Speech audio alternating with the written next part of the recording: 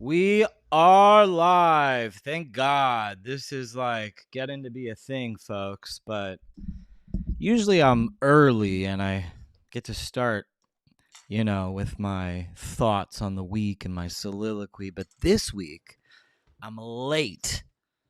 I'm late because I lost something. Baruch atah Adonai Eloheinu melech haolam shehakol na'eh b'dvaro. Lost a hard drive. I don't know why they make them so small sometimes, but it's one of those days, like when you lose something and it's like stuck in the back of your head.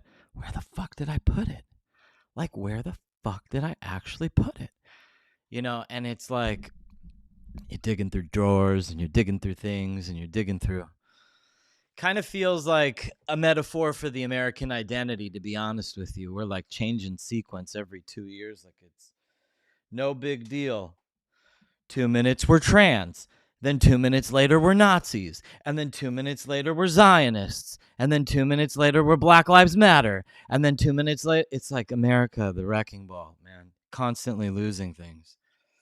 But that's the analogy today. And in my head, I'm like, is it in my desk? Where is it? Where is it? Where is the disk drive? What's on the disk drive? Wouldn't you like to know? But I mean, think about it, like how many disk drives with like tons of Bitcoin do you think are just forgotten in some drawer?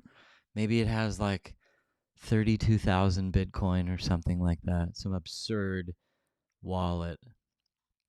And but anyways, the disk drive is missing. And we're trying to figure out where it is, but that's irrelevant because we're live on air with everyone to talk about really what's missing in America. And no, I'm just kidding. Nothing's missing in America. Everything's exposed in America. Everything is right in front of you, and it's your choice to either accept the truth or reject the truth for the convenient lie. And we have been down this rabbit hole, folks. My God, we have been down this rabbit hole really since October 7th. I mean, we've been covering it on the show longer, but October 7th was a magnification point. No question about it. An absolute magnification point. And took the world to a completely different place overnight. It took us to the timeline of Jew everything. And that's where we are. That's where we've been. Grab my Tikkun Aklali. Don't forget to get a Tikkun Aklali. I should sell these on the show store. Official show Tikkun Aklalis. That would be amazing. But guys, like this all started on October 7th. The Jew everything craze. I just saw that Mamdani endorsed this woman for Congress. I'm glad I forgot her name. It's a woman. So, like, if she's in your district, I'm sure she's an easy lookup.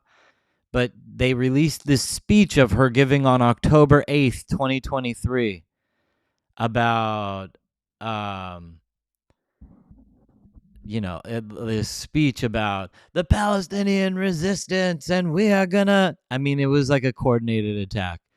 The Jews didn't even collect the bodies yet.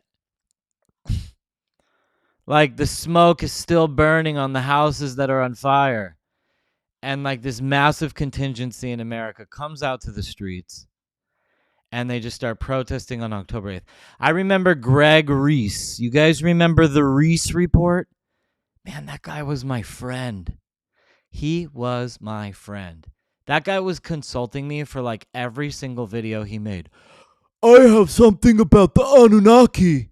No, Greg, it's called the Anukai, not the Anunnaki. You sound like a goy. I say that now colloquially because everything became about Jew, goy, Jew, goy, Jew, goy, goy, goy, goy, goy, goy, goy, goy, goy, goy, goy, goy, goy, goy. But it was really, I used to say the word gringo. I was like, no, that's the gringo way to say it, Greg. The real way to say it is Anukai. But it doesn't matter. We were doing shows together. I tried to sell the Alexa Pro water filter with him for Alex Jones. Alex Jones with his recent Jew off this week with HT. Jew, Jew, Jew, Jew, Jew, Jew, Jew, Jew, Jew, Jew, Jew, Jew, Jew. Goy, goy, goy, goy, goy, goy, goy, goy, goy, goy, goy, goy, goy. It is like, whoa, man. And I feel for Alex because he lost his network and he lost his like self-independence or something. And he's just like complete audience capture now. And it's like, he talks so much about his grandfather and like, you know, oh God, it's painful to watch what's happening with Alex. His grandfather fought the Nazis in World War II, you know, and that was like his big claim. His grandfather fought for America to fight the Nazis, and then he's like literally every single I was at InfoWars banned video for 3+ years, the only Jew in the ecosystem. And for like the entire 3 years, Alex had me on one time. I was like the most consequential central figure in the entire ecosystem. Like both my Nick Fuentes debates, all these people that they would platform, like Nathaniel Kapner and all these people. Even Lucas Gage was platformed on War Room, and there was so many people that came through. Myron Gaines, Stu Peters a bazillion times, it seemed. There were just so many of them. And after they would leave, they would always talk shit about Alex. And I was always like sitting there defending Alex. Anyways, I'm very grateful for the set he gave me. It was a debate between Alex and myself to see, is Tucker Carlson an anti-Semite? That's what I got. I literally got canceled from the world over vaccines. I have like so much diplomatic experience. I was a diplomat in Africa. I'm like literally like a central figure on the Jewish side. And then I'm like the only Jewish figure in the entire ecosystem. And he doesn't want to platform me or even have a real conversation. Hey, sir, how are you? Who are you? Why don't you introduce yourself? He gives me a channel on banned video. I become friends with everybody at the network, including that loser Greg Reese. And the reason we even got on that tangent is because of Greg Reese. But Greg Reese on October 8th, folks, was messaging me like he was a child. I can never be friends with a genocidal Zionist like you. Bro, this was like the day after the fucking terrorist attack. So it was like there was like this coordinated attack on both the left and the right where like everybody was going to blitzkrieg the Jews. And sure as shit, they did. And there was no greater... And all these like trending right podcast bros and sis, the podcast sis and her little sisterhood of nuns. And this show is really about her. But for context is important, right? And God willing, I will find my disk drive. But context is important. And what is the context? The context is that this entire class emerged. The entire podcast world kind of grifted over to where massive amounts of money have been coming into the United States. Qatar spent $400 billion in the United States. That article just came out. $400 billion. That's so much money. And everybody's like, Israel owns America, USS Liberty. Thomas Massey leaves office. He's like, I'm not going down without talking about the USS Liberty. And I'm like, bro, 241 Marines were killed in Lebanon by Hezbollah. Like, do you even care? Yeah, friendly fire sucks. USS Liberty, I'm very sorry that happened, and so was Israel. Every American should be sorry that happened. Friendly fire happens all the time, but there's actually intentional fire. And they want to equate like friendly fire with like intentional fire. No, don't, not at all. Stay away from the ones who are intentionally firing us. They're not the enemy. Don't go near them. Don't touch them. Release their money right now, President Trump. Release the Iranian $24 billion right now like Obama did, President Trump. That's what they're all gawking like children at our glorious president about. Not one of them probably even thanked him for the beautiful pool at the Lincoln Memorial. President Trump, thank you for that. I wonder if these clowns are thanking you, but you're listening to them probably because you got JD Vance in your ear, hawking the Chinik all day long. But this podcast bro world broke out, and like it is a direct result of October 7th and Israel's involvement before America ever got involved. And then Israel went to war in Iran, happened the day after I got out of the ring with Jake Shields, probably one of the most significant turning points in that in the white power ecosystem's most one of the most important events that ever took place, hands down. I mean, there's been so many of them. My debate with David Duke. I mean, there was like monumentous events. Both Nick Fuentes' the for Stu Peters, the one that he deleted, the one he came out on coke and meth and drugs and embarrassed him. I mean, this road has been magnanimous victory after magnanimous victory of every central figure that made millions. They didn't just show up and said the Jews are bad. They made millions of dollars off the Jews are bad story. And they had their AFPACs and their conferences and their communities and their cultures, and then they all ate each other. And we all watched it on TV while Clavicular was getting penile injections because Elon Musk is not really a Nazi, but it's like constantly on the feed 24/7, 365, never going to quit. Anyways, there's been no greater person in that storyline than our victim tonight, because we're not on defense anymore. I'm not explaining myself. We're on offense. And today I've brought on one of the greatest journalists in America, underrated by every standard of his journalism. This guy gets the story way ahead of everybody else. And, covering Alexander Dugin, all the real McCoys of the other side, the real foreign ops happening in our country, the real foreign ops foisting Paul Miller and HT into the lives of children like every fucking day on Omegle. Like in poisoning the minds of the future youth of America. Why? Billions and billions of dollars, over $400 billion, was directly invested by Qatar. But Israel, that's like bigger than Israel's GDP. But Israel, the Rothschilds, the New World Order. We heard her say that the Holocaust wasn't real. We heard her say that Joseph Mengele, he didn't really experiment on Jews. Why would he do that? It would be a waste of money.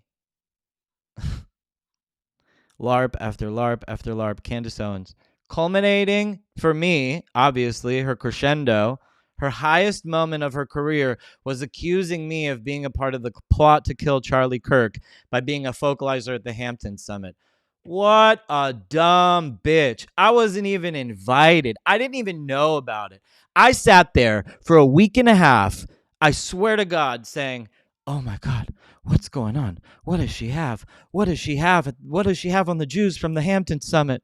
Oh, Seth Dillon's involved? Oh my God, Josh Hammer and it's Bill Ackman's money? And then she says, awesome Jew Adam King was one of the focalizers of the Hampton Summit. He's on the guest list as Adam King. Oh, Shema Yisrael. Oh, Shema Yisrael. Do you know how many death threats I got after that? I mean, let's be real, folks. I got fucking insane amount of death threats. One of the 3 times the police had to come to my house. Crazy shit, guys. Crazy, absolutely shit. Batshit crazy. No repercussions. What's her result? She gets to be #1 on YouTube. But it was because of her accusing Charlie Kirk that I was able to get my YouTube back. I'm sorry. Myself and Erica and everybody else that she accused, but specifically myself, because she was #1 on YouTube, taking in like $75,000 to $100,000 an episode, sometimes doing 2 a week, and accusing me of killing Charlie Kirk, and I'm not even allowed on the platform. And so immediately they reinstated my account. And it's just been we're on YouTube. I feel very shadow banned on YouTube. I'd love to be proven otherwise. I've had very famous people share my shows just to try to boost up the YouTube page, but the YouTube doesn't want me there. It doesn't. The whole Meta universe doesn't want me. TikTok doesn't want me. I still really can't get a TikTok account, even though Larry Ellison bought it, and I'm supposed to be a Jew. So please, Larry, hook it up because I really like to get on TikTok and start monetizing my hundreds of millions of views. I have a debate coming up actually in June. Jake Shields, fourth episode with Jake Shields. He's moderating this debate between this guy Christspiracy and me over the red heifer stuff. I'm excited to do it because it's red heifer stuff, and I'm so grateful that I silenced the mob pogrom by actually doing the red heifer. But we're going to have a debate about it and talk about it. More media is going to come out about it. But let's bring on our guest. Let's talk about this. Let's unpack this and really understand just what happened. You know, we got time on the podcast. We got Ryan Mauro in the house, everybody. The one and only journalist extraordinaire who covers these great stories, puts it together for us, weaves the puzzle, makes the pie. Ryan, we've been talking offline, and I try to save a lot for the live feed, you know, before we go on. And we've been talking offline a little bit about Alexander Dugin. I don't want you to break a story to me that we break later to the public. I want to be on camera for the initial breaking, and I said that to you prior to doing the show. So we limited our conversations. But Ryan, a little background before we get started on this dark web of foreign influence culminating in Candace Owens and God, you know, every one of them in the podcaster class that just goes from show to show. They just go on each other's shows and say the same thing. And but it specifically started, you mentioned, with Alexander Dugin. And we had a conversation about that. And you yourself told me that you've been on to Dugin for years. And you've been collecting a file on him. And I want to pull from that file on this episode today. I want to talk about Candace in Russia. I want to talk about the world. I really want to put these people on blast. I'm so sick of the way things are. It's like so consequential for our time, this moment, especially with Iran and everything taking place, and to even be considering this fucking thing with these lying people and this foreign money. Started with Alexander Dugin with you. Where did you pick up on the trail? So I first learned of Dugan in, I guess it was 2001, 2002, because I remember talking about him to my then boss when I was 16 in November. It was somewhere between November 2002 and then January, maybe February 2003. That I remember talking to my boss about it and doing a local radio hit where I was referencing Dugan. And that was because it was shortly before the Iraq War. So a lot of the tribalism that we see today was really high then. It was a little bit different in that I don't think the staying power was there and it didn't turn anti-Semitic and all this, but it was still a moment. And so what Dugin had been saying was translated online. I don't know if it was officially translated into a book. If I remember right, I think I was reading it translated by like academics or whatever unofficially. And so that's when I first heard about it. And I remember reading it and being like it's hard to read because it's weird. It involves like all this mystical shit, and he just like it's like lots of anti-Americanism, but he puts terms on things that don't need terms. Like if you've ever met someone who's in grad school and they just learn how to do a literature review and how to properly cite sources, so they think that they're like a legendary mind, and so then they just like load on the academic language onto everything, and so you could be like, oh, I want to go to a coffee, and you're like, well, that's actually called this. Like that's how it's written. It's like hard to understand because it's overly academic, unnecessarily so, and it just kind of sucks. Are you talking about words like multipolarity and stuff like that? Yeah, although that was already popular. So he popularized that in the West. But I remember the Russian and Chinese leaders. So for all the people saying like, oh, we're going to push Russia and China together, I got news for you. In the late 1990s, I remember that's when I was first studying this stuff. Multipolar world was being talked about with Russia, China, actually even in India, all the time. They were as close as you could get. They signed a friendship treaty in 2001 where they're holding joint military exercises simulating fighting the US in the Pacific. So like we're not pushing them together. They've been together the whole time.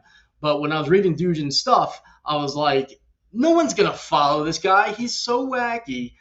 How no one's I figured he's gonna find some mentors who know how to actually talk to people and don't come off crazy, and then those would be the ones that do all the damage. But he wouldn't be the star. And then here we are, and the guy who I thought, because he could be exposed with a simple Google search or simply reading his material, is like the man. Like he's Right. being interviewed by all these guys, and I'm like, how is it that the guy who I thought was the most objectionable, least acceptable ambassador for his ideas is being treated like some amazing scholar and Like a Christian, prophet. Christian warrior? Like they treat him like the not Nikola Tesla. Who was the Rasputin? They treat him Yeah, like a Rasputin type of figure. except for Americans. That's the thing. But he is a And Russian so, propagandist, but yeah, he's been it's almost like he's been sent out to America. What's his power base in Russia? Like how does he finance his projects? Where does it come from? These people that literally bow before his feet, like Candace Owens and others, they're so big that like he has to have something massive, some institution behind him. We know he's Vladimir Putin's main propagandist, but who else is there? Like, are there oligarchs that he works with? What yeah. is his power source?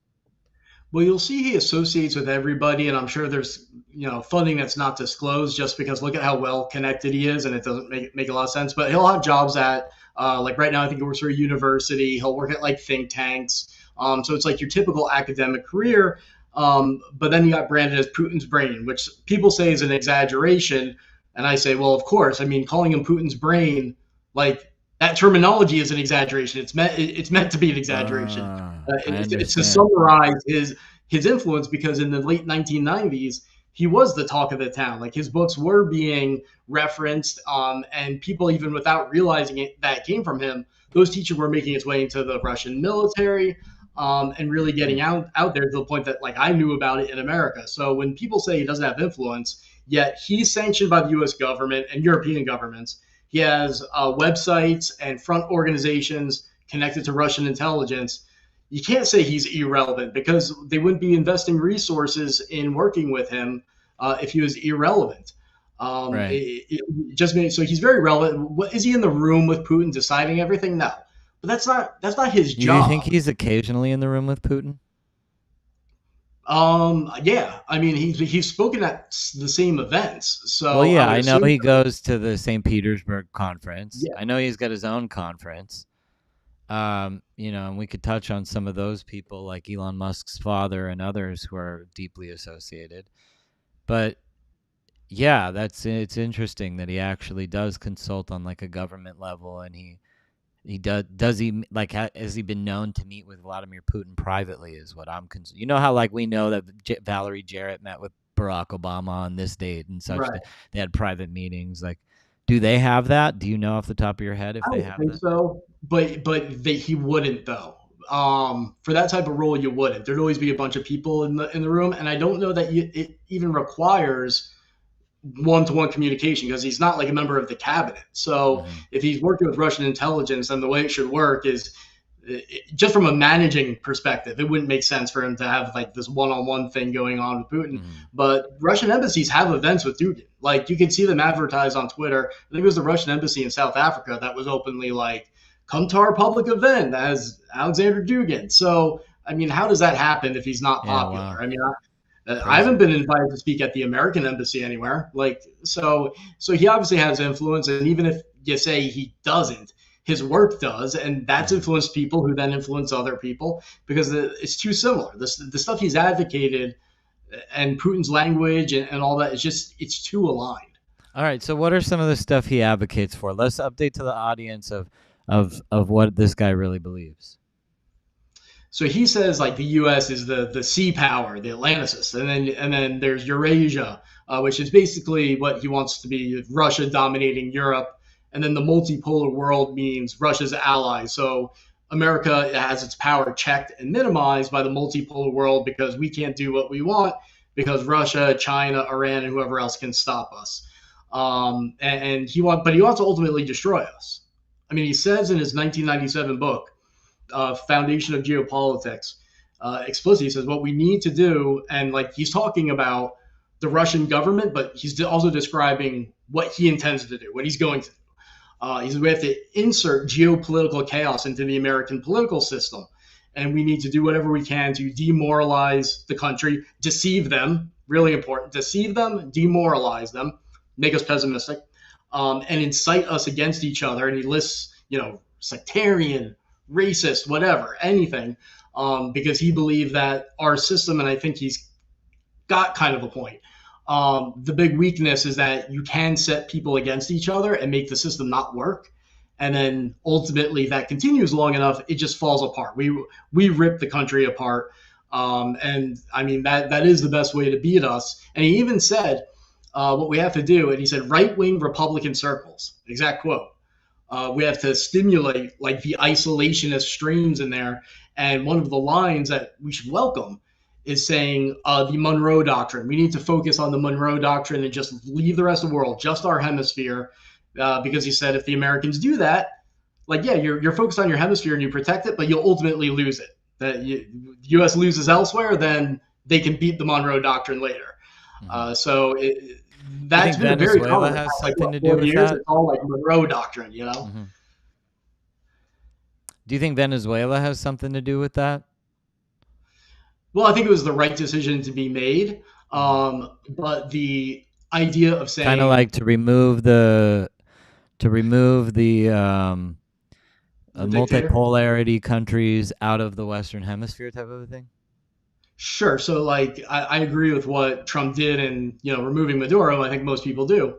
But what Dugan would say is a success is the rhetoric surrounding it of just the Monroe Doctrine. Basically, forget the rest of the world, just focus on our hemisphere. So, in a way, that action can be spun to be seen as a success for Dugan and his folks. They're very upset the government was removed, but the American mindset of wanting to focus more and more solely on the Monroe Doctrine, that part would be So they conservative. have a fundamental interest in pushing American isolationism. I know there was a post shared about Alexander Dugin. I think Adam Green even requoted it or might have shared it himself. If you want to go look it up where he said it, but he posts a video of Candace using the word isolationists. We want to be isolationists, and it's a video on repeat of Candace constantly using these terms, isolationist. So that's kind of like, as you're mentioning, that Venezuela was a win for Dugan in the sense that it got America to focus on its own hemisphere, taking Cuba also in its own hemisphere, kind of focusing on the Monroe Doctrine. It kind of puts this perspective on things, when you look at Candace's actions and how she's continued this language. Like you said, it's all language, it's hyper-inflexiated language where they're pushing it in the universities and whatnot. And so, the crazy thing that I see is this like kind of circumvention of FARA, where foreign powers, rich or influential in any sort of way, have found that they don't have to have that. What's more effective to lobby Congress is the ability to finance Western media voices or astroturf Western media voices, through bot farms. Like X has become a very quiet place since they started putting the country of origin on people's profiles and being forced to expose specific accounts of where they come from. And that was the first step. And then all sorts of accounts in like Pakistan don't even count anymore.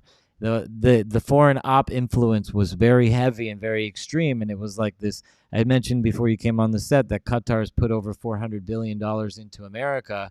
It's so easy to the sneakos and all the people that got paid on Kick millions of dollars, and then Kick got astroturfed by X, put to billions of views, that foreign influence campaign targeted around key individuals focused like Randy Fine, who's leading America on the southern border. There's no other congressman leading America on this. Randy Fine is the most based, effective congressman that we got in Congress. He's leading the voting act that they just did. He's just addressed the floor that national security, Florida national security is contingent on California having free elections because of the 53 congressmen. No other congressman is doing that. But this media class is like, for instance, attacking Randy Fine with impunity, in this foreign ops, and it's like a direct violation of FARA. What are your thoughts on all that stuff?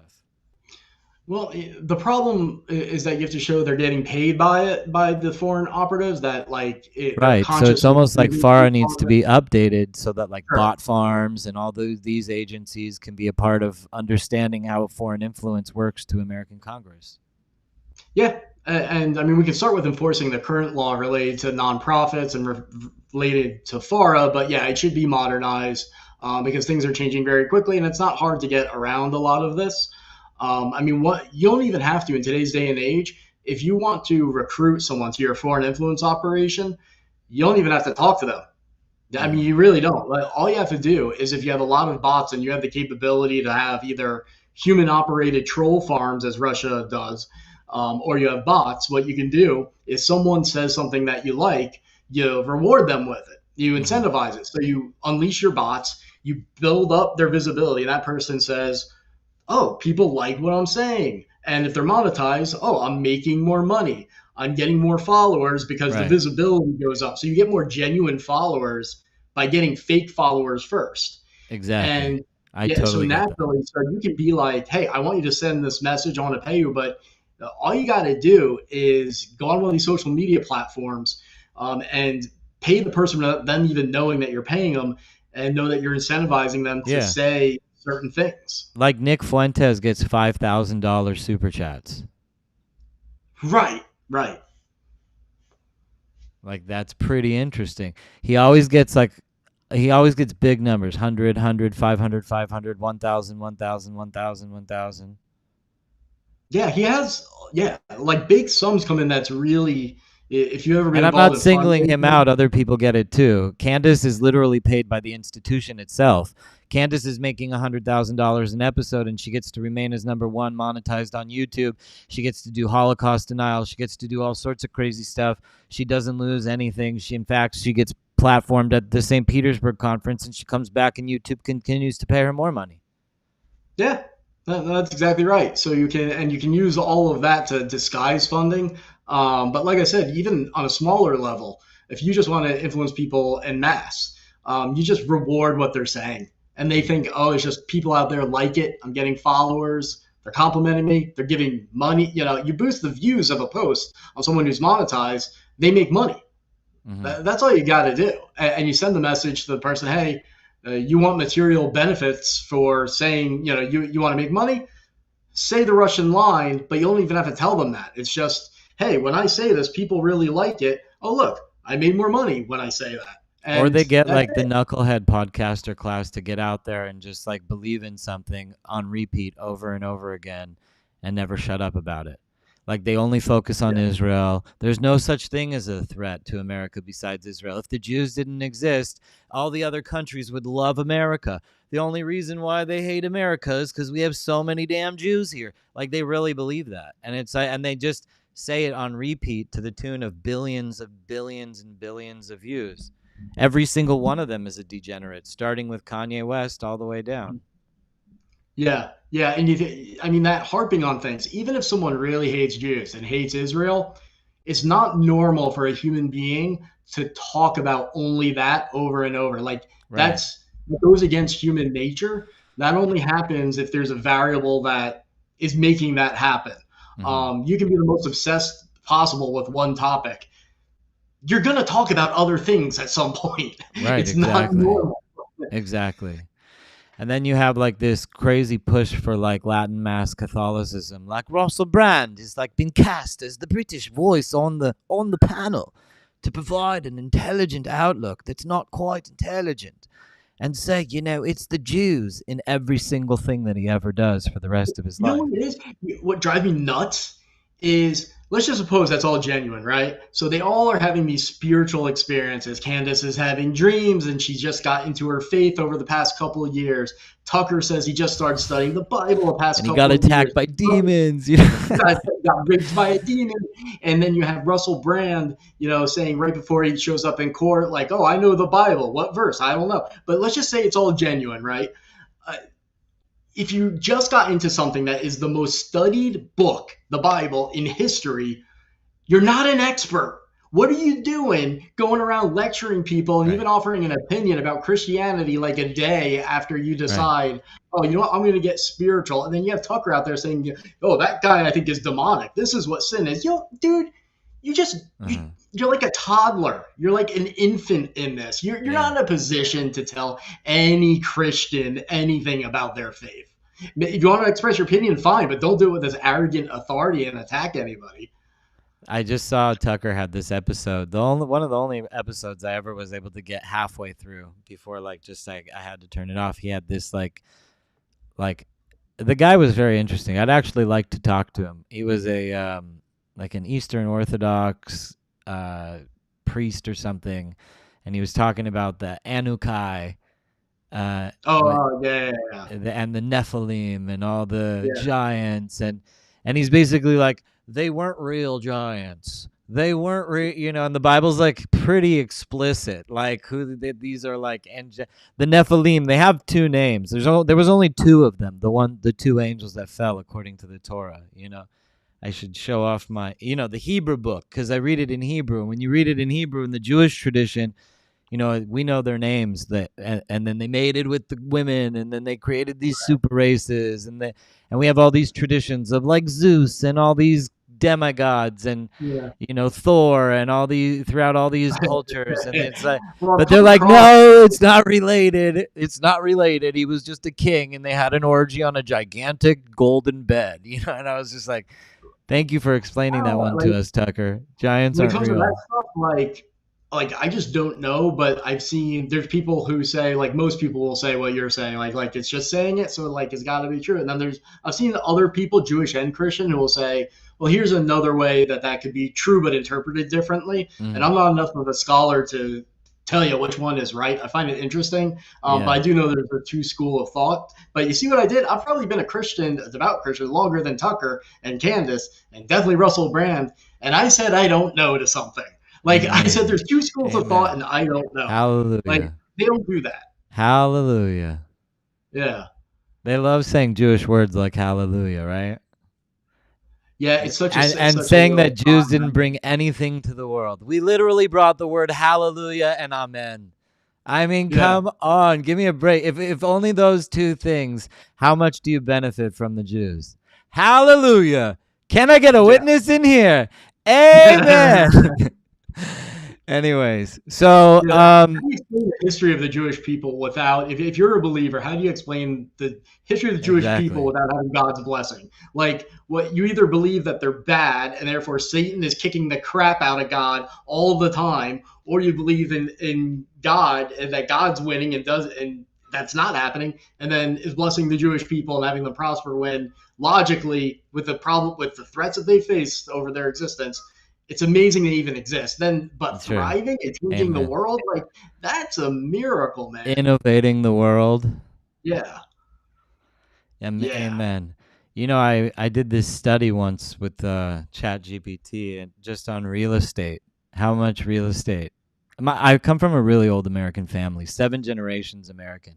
I debated this Canadian that lives in Spain that cosplays as an American, and he was just like, I did. Everybody thought he was an American until our debate, and I don't even want to mention his name because he's a third worlder, but I was totally bamboozled by that. Another foreign operative in our business.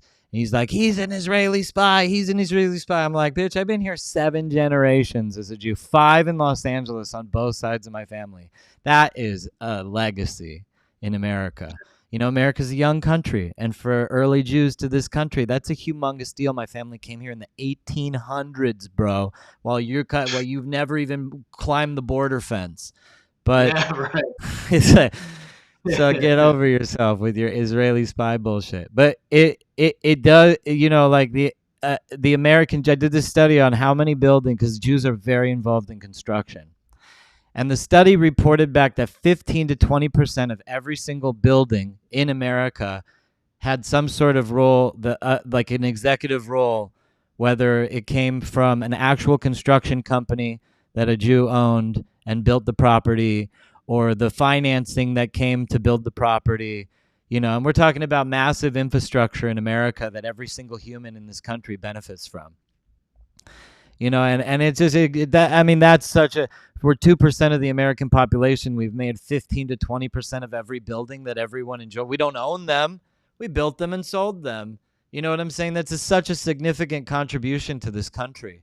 And they like to pretend that the Jews didn't do anything at all. And I don't like these conversations in general, because I don't like to flex. I like to be humble about our contributions and what we do. But to say that Jews benefit nothing to the world, like that they like to LARP on while they say hallelujah, amen, the God of Abraham. It's just like, it's so played out, and I think America's smarter than that. But I appreciate it. What kind of Christian are you? Just non-denominational. I don't really identify with anything specific. Just a Christian. Because I don't know enough. Christian Klalit. You should meet my Christian friends, man. I love my Christian friends. They are the wisest. They have the ones who really got involved with Israel, like my best Christian friend, Byron Stinson, the one who we did the red heifer together. I don't know. Did you get the red heifer? Did you see about the red heifer stuff? Did you see all the menagerie? I saw the news coverage in Israel they were saying that was the end of the world happening and all that. That's why I pushed to get it done, is because they said it was going to bring the end of the world, and that was their grift, and that they were like about to pogrom over it.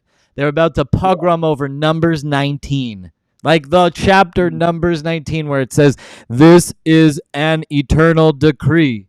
Like, what do you expect Jews to do, bro? Come on. Anyways, we did it. If you want to get sprinkled, I would love to introduce you to all those Christians. They're such amazing Christians. Yeah. But the guy who I thought was there's one guy, Chris, who's the chairman of the Christian Agency for Israel. Did you know there's a Christian Agency for Israel? I knew there was an international Christian embassy, or whatever. There's like the Jewish Agency there's this organization called the Jewish Agency for Israel, and they built like a lot of the infrastructure. But there's also a Christian Agency for Israel. So this guy Chris is the chairman, and he got me connected with Bishop Robert Stearns. Have you met Bishop? Yeah, I've known him since 2008, 2009. My God, what an amazing person! Cool, right? He's a good, really good guy. Unbelievable. I wanted him to come on my show, and he wanted to come on so bad, but he was just like, listen, it's going to cause a conflict, and I just don't want to be in the spotlight. I don't want the attention. I think what they're doing is wrong, but I guess they've like come after his family, and they've like come after his kids. And I mean, it's amazing what this man, he's such a special man. God bless his soul, and may he be protected. Yeah. Well, he's such a bridge builder, right? Like, he's the type of guy where I think you're pretty good at this too. Like, if there's a room full of adversaries or whatever, like, he's the guy you want in there hanging out with him. You can like Thank you. handle the heat, but somehow build a relationship and like hang out and like separate that from them as a person, and it'll be done genuinely, and they will see it as genuine. So I can see why he doesn't want to get himself into like any type of heat, because then he's less effective, and so if he doesn't have added value, we're busy bringing the Messiah. I don't know, right? We're busy bringing the Messiah. You know what I'm saying? It's like, what are you doing, fools? Get out of our way. Yeah. Like the Messiah, the salvation to all of our problems. I always say there's two types of people in the world. All religion comes down to this simple rule. There are those that believe a Messiah is coming, and those who don't. And if you believe a Messiah is coming, he's also coming with a lot of wisdom, and he's going to work out all our differences. So if you believe that the Messiah is coming, sit back, buckle up with the person that also believes that the Messiah is coming, and get excited for when the Messiah explains to you all the truth about all the stories, about everything. He says every knee will bow and every tongue will profess in both cultures. So what's the big deal? We're all going to agree to it. The prophecy is we all agree to it, so why fight over it now? You either believe the Messiah is coming or you don't. As soon as I learned that that's how it's supposed to play out, I was like, So why are people having getting into these like heated arguments about anything with this? I just don't get Exactly. it. Like, and you know what? When Messiah, I believe the second coming, Jesus comes, and then you believe the Messiah comes for, I guess, the first time. Actually, Like, the Messiah. we're probably all going to be wrong, I believe the right? Messiah is always here. We believe in reincarnation, actually. So we believe the Really? Messiah. Yeah, it's actually a very deep Kabbalah. The Messiah and 36 of his greatest followers reincarnate in every single generation and carry the weight of the world on their shoulders through the exile. And Are like you this, one of I. those 36?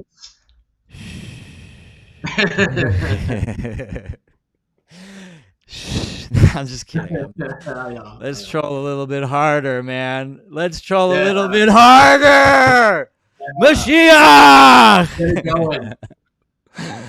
No, but we But you see, love I feel we. like when that But all happens, right? Like, I have a feeling just like we believe, Christians believe about when Jesus came, he wasn't fully understood, and it was like, oh, what you're expecting was wrong, in certain ways, because we have a human mind that's very limited and impacted by all these variables and problems. However, this all plays out, anything Mhm. God does, we're all going to feel really stupid when it happens. Like, we're all going to be Totally, wrong it probably about literally says in everything. the Torah, Um, 2/3 of the world die from shame. really? Like, oh man, like the big apocalyptic event is shame. It's death by shame. It's like, Shame. Huh. yeah, when the Messiah comes and brings eternal life to everyone, there's going to be people that say that they can't accept it. They feel such shame, and they die and they lay in their grave for 1,000 years, and the earth is reset in this 1,000 year period before the year 7001. Right now, it's year five I've thousand heard that. seven hundred and 86, and in the year 7001, the ones who died from shame, they all are reborn and come back in their resurrection. But there's going to be those of us who don't die in this generation. We live forever, and Really? Hmm. because this is the generation of the Messiah, especially if President Trump can really get it down with Iran and this multipolarity thing that we're talking about. I imagine, because America is so fundamental in the coming of the Messiah, and I like to summate it very simply. Why? Because America gives you so much freedom. You could be anyone you want. You could be trans, you could be black, like that girl who became the head of the NAACP was white. What was her name? Like Rachel Dola or something like that. Oh, yeah, yeah, yeah, yeah. You could be anything you want in this country, including you truly can be God's wife. You can marry God and live with God and love God and cherish God and choose God from a place of absolute freedom when you have the ability to choose anything you want.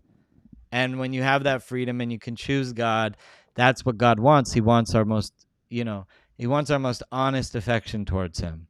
That's like the proving out of free will in this world, that even despite the test and the difficulty and the hardship, we still choose God. Other countries, these third world dictatorships like Iran, they hang you if you don't believe in what they believe in God and what they Yeah. say God is, and it's absolutely crazy that when you think about the chessboard of God, and then the countries aligned with God, like America and Israel, and then the countries that are aligned with the Antichrist or the anti God or the anti worldview, which truly are Iran. I don't want to I don't want to get so into them, but we'll talk about Iran and certain, like anyone that wants to destroy Israel. Like it's so clear. Like, what do you think? The Messiah is gonna come and like rule Tajikistan? Like the Messiah Right. comes to rule Israel. He's from the You know tribe of Dugan's take on all that, Judah. right? What? You know Dugan's take on all that, right? Tell us. So he usually, like a lot of the Christians that are involved in end times prophecy, they say it's like Russia and Iran, the Muslim world. Some people now say Russia is actually not the part of Gog and Magog. I don't know. So most people say Russia is, some people say it's not, whatever. And I think he actually said this. So that's a stumbling block for the Russians because if you have devout Christians believing that at the end of days, Russia and at least part of the Islamic world is going to be the adversary trying to wipe out Israel that gets defeated, it makes it pretty hard to make those people like Russia. You know, And so Dugan, yeah, in the book of Ezekiel 38, it says Gog comes from the kingdom in the highest part of the north. right, right.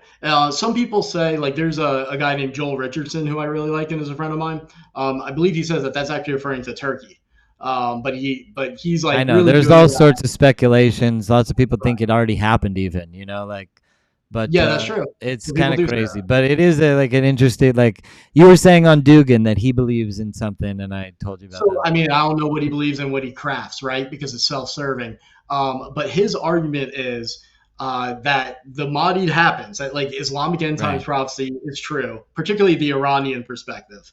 But that there's something called the Katechon that appears that Yeah. helps fight and restrain, the restrainer, it's called, the Antichrist. And so he says the Antichrist will be Jewish and will lead the Zionist coalition, the West and Israel. So there's a Jewish Antichrist. So it's like he flips it. And then there's going to be the Mahdi and then the Katechon, which is Russia. And they're going basically, there's going to be an alliance between the Russia led Orthodox Christians and the jihadists led by the Mahdi. And they don't fight each other. They're partners in prophetic fulfillment. And what's so interesting about that is that when people talk about Russia allying with Iran, people Hmm. like always say, well, don't they know that they'll have to fight eventually? Well, he's fixing that.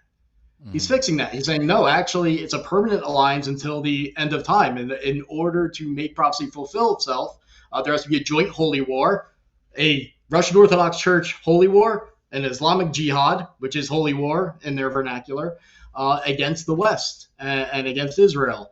So he flips end times prophecy as it's commonly known, and then he Hmm. adjusts it to really solidify that Russian Christian alliance with Iranian jihadists and whatever other countries they're able to conquer, and whatever Muslim countries they control and ally with them. And they're so concerned with this Antichrist building the third temple. And one of the things that I think is so funny is in Judaism, one of the proofs of the Messiah is that he builds the third temple. And we're not taught, and people think that it's like something that God has no say so in, like that, like some guy's gonna come and God's gonna be like, my eternal house was built by the Antichrist. Like that is so crazy to me. That is like Mhm. so out of this world crazy to me to And so, do you believe conceptualize. that the Messiah arrives after it's built, or that he builds it, like he says, "Go build it"? The truth is I actually believe that it comes down from a higher kingdom called Atzilut. There's worlds Hmm. above this world. We live in the world of Asiya, the world of physicality and action. And above us is a world called Yetzira, which is the world of formation. And then above that comes the world of Barak, of Bria, creation. And then above that is this world of Atzilut, where God's throne is. It's like kind of like in the substructure of the creation of the world. And Right. so some people say that it's going to be built here to reflect what's up there. And then some people say that it's from up there, it comes down here and permanently dwells here. And I think that makes a lot more sense to me because what the third temple is supposed to represent is God taking up a permanent residence in this world. And Right. so, like, if they made a third temple and it was made out of rhubarb and concrete, like, I would say to myself, it's fake. But if Right. Interesting. you, but I wouldn't say that to myself. I mean, if they were doing the rituals and the things were getting done, okay, it's the third temple. They did it. Kol kavod. They made it. It's gonna last forever, whatever it is. And Right. maybe But later, most. the one from above comes down and sits on top of it. I don't know how the whole thing goes down. I know that it's gonna go down, and I know that whatever it's not gonna be such a flimsy thing that can be undone. It's not gonna be something that can be undone ever. Right. Right. So, Now, at least as I was taught it. So I'm assuming most Christians who believe in those prophecies believe what this interpretation is, mhm, that most likely the third temple will get constructed. But then there's something called the abomination of desolation that the Antichrist does, where he comes in and stops the sacrifices, basically seizes the temple, and then declares himself to be essentially be God, the Antichrist. I mean, he won't call himself that from that mhm, location. So that I would assume that means a third temple has to be built. It may not necessarily be built by good guys or bad guys, who knows? But that has to be built for the abomination of desolation to take place and the Antichrist to make his grand announcement. I At least that's how it's been taught to me. That may be right or wrong, but that's my understanding. I think a- it's right. and this is where I always defer that, like, if you want if you want the world of the Messiah to happen, like, then you want that to happen. If that's what you believe. We don't believe it's going to happen like that. And that's okay. Whatever, Yeah. like, our prophecy has to be fulfilled because our prophecy has to be completely true, for your prophecy to even be true, that you think that Jesus was the Messiah. So it's like there's some overlap in that. There's Yeah. enough overlap in that I have faith that the Messiah is revealed, because to declare oneself God would be antithetical to Judaism itself. So I Right. don't see the Jews supporting a king who No. comes and builds a temple and declares No himself way. God. And that wouldn't be something that Jews would be into. It's not what our religion is trying to promote.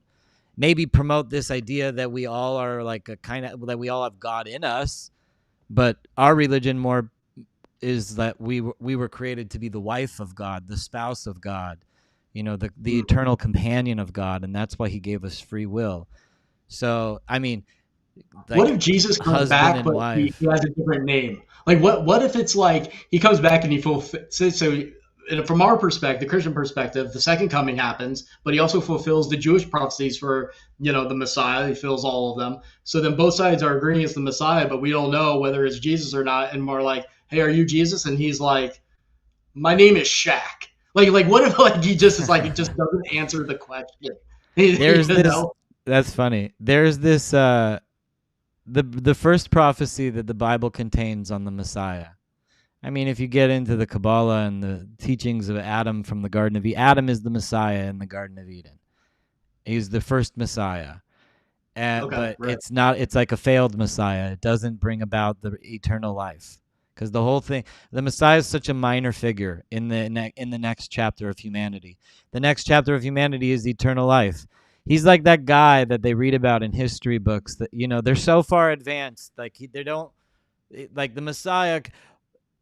So and so many years ago, the Messiah came and gave us all eternal life, and now we all have equality with God. Like it's like a completely different paradigm. We're not there yet. We'll know what it is when we're there.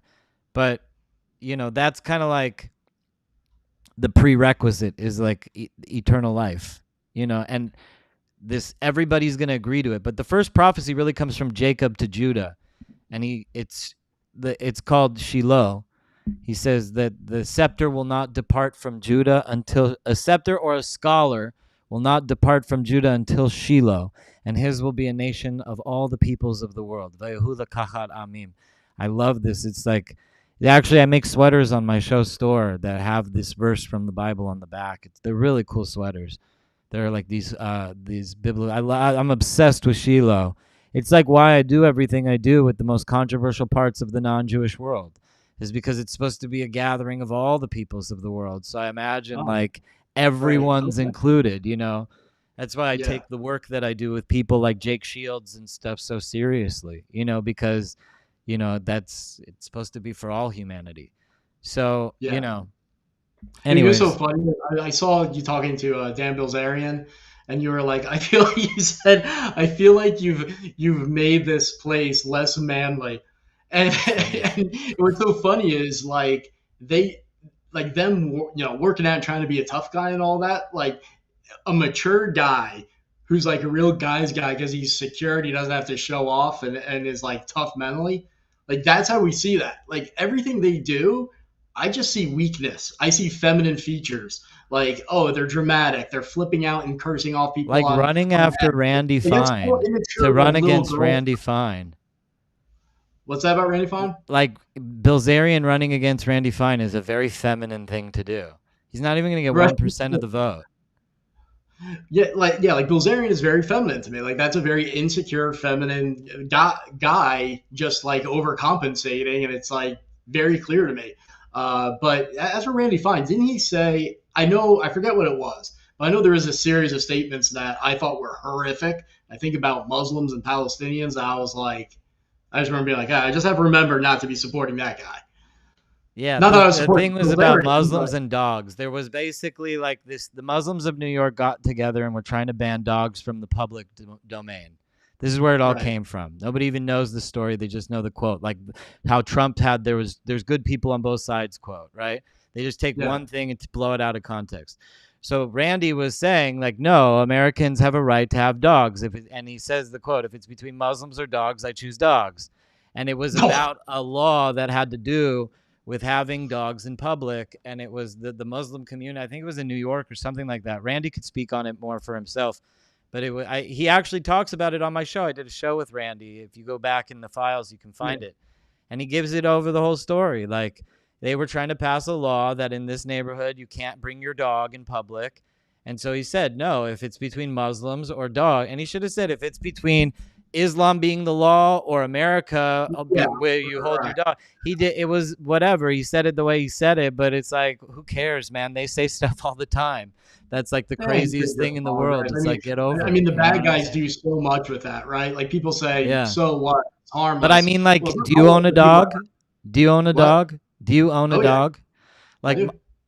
I can't imagine, like, if they came to my neighborhood and said, you can't, like, there's a mosque in my neighborhood, actually. They were like, if they came to my neighborhood and said, you can't, we're trying to pass a law, so in this zone, you can't walk your dog, and it's in my neighborhood, and, you know, my house is like over $1 million in this neighborhood, it's like, I'd lose my shit too. You know what I'm Yeah. saying? Well, I I would lose my say shit. something like even more outlandish. Yeah, maybe, but he had time to make that statement and post it on social media. It's a little different. So, but but the thing is that the other side does. I mean, they benefit a lot from that. Yeah, they do. So those things do kind of matter in the ideological battle. That they make a difference. So we could have Randy Fine defend himself, but the truth Sure. is, you know, when I see stuff in the country that's happening, you know, with the Islamic stuff and everything, and the jihadification or the desensitization to jihadism, and you know, like these type of concepts, like I never get behind the idea that we should remove all Muslims or make Islam illegal. That would be Right. against the Yeah. First Amendment to the Constitution, and you know, the Constitution's much more important than our opinions.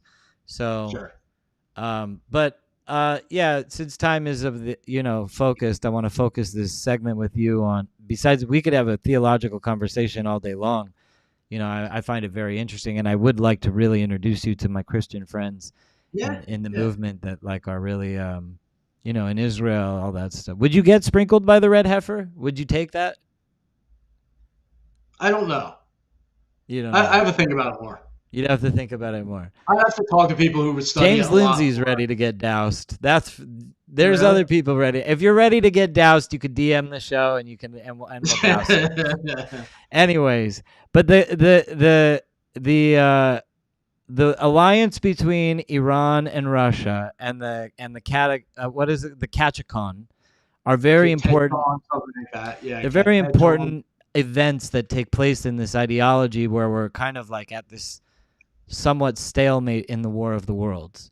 And there's this like concerted effort that we need to take Iran to change Iran and to take it out of that influence. If we take it out of that influence, we kind of like serve a death blow to that entire worldview. You know, it almost it proves Sunni Islam over Shia Islam. It ends the Sunni Shia conflict. It ends the Russian Catacomb conflict.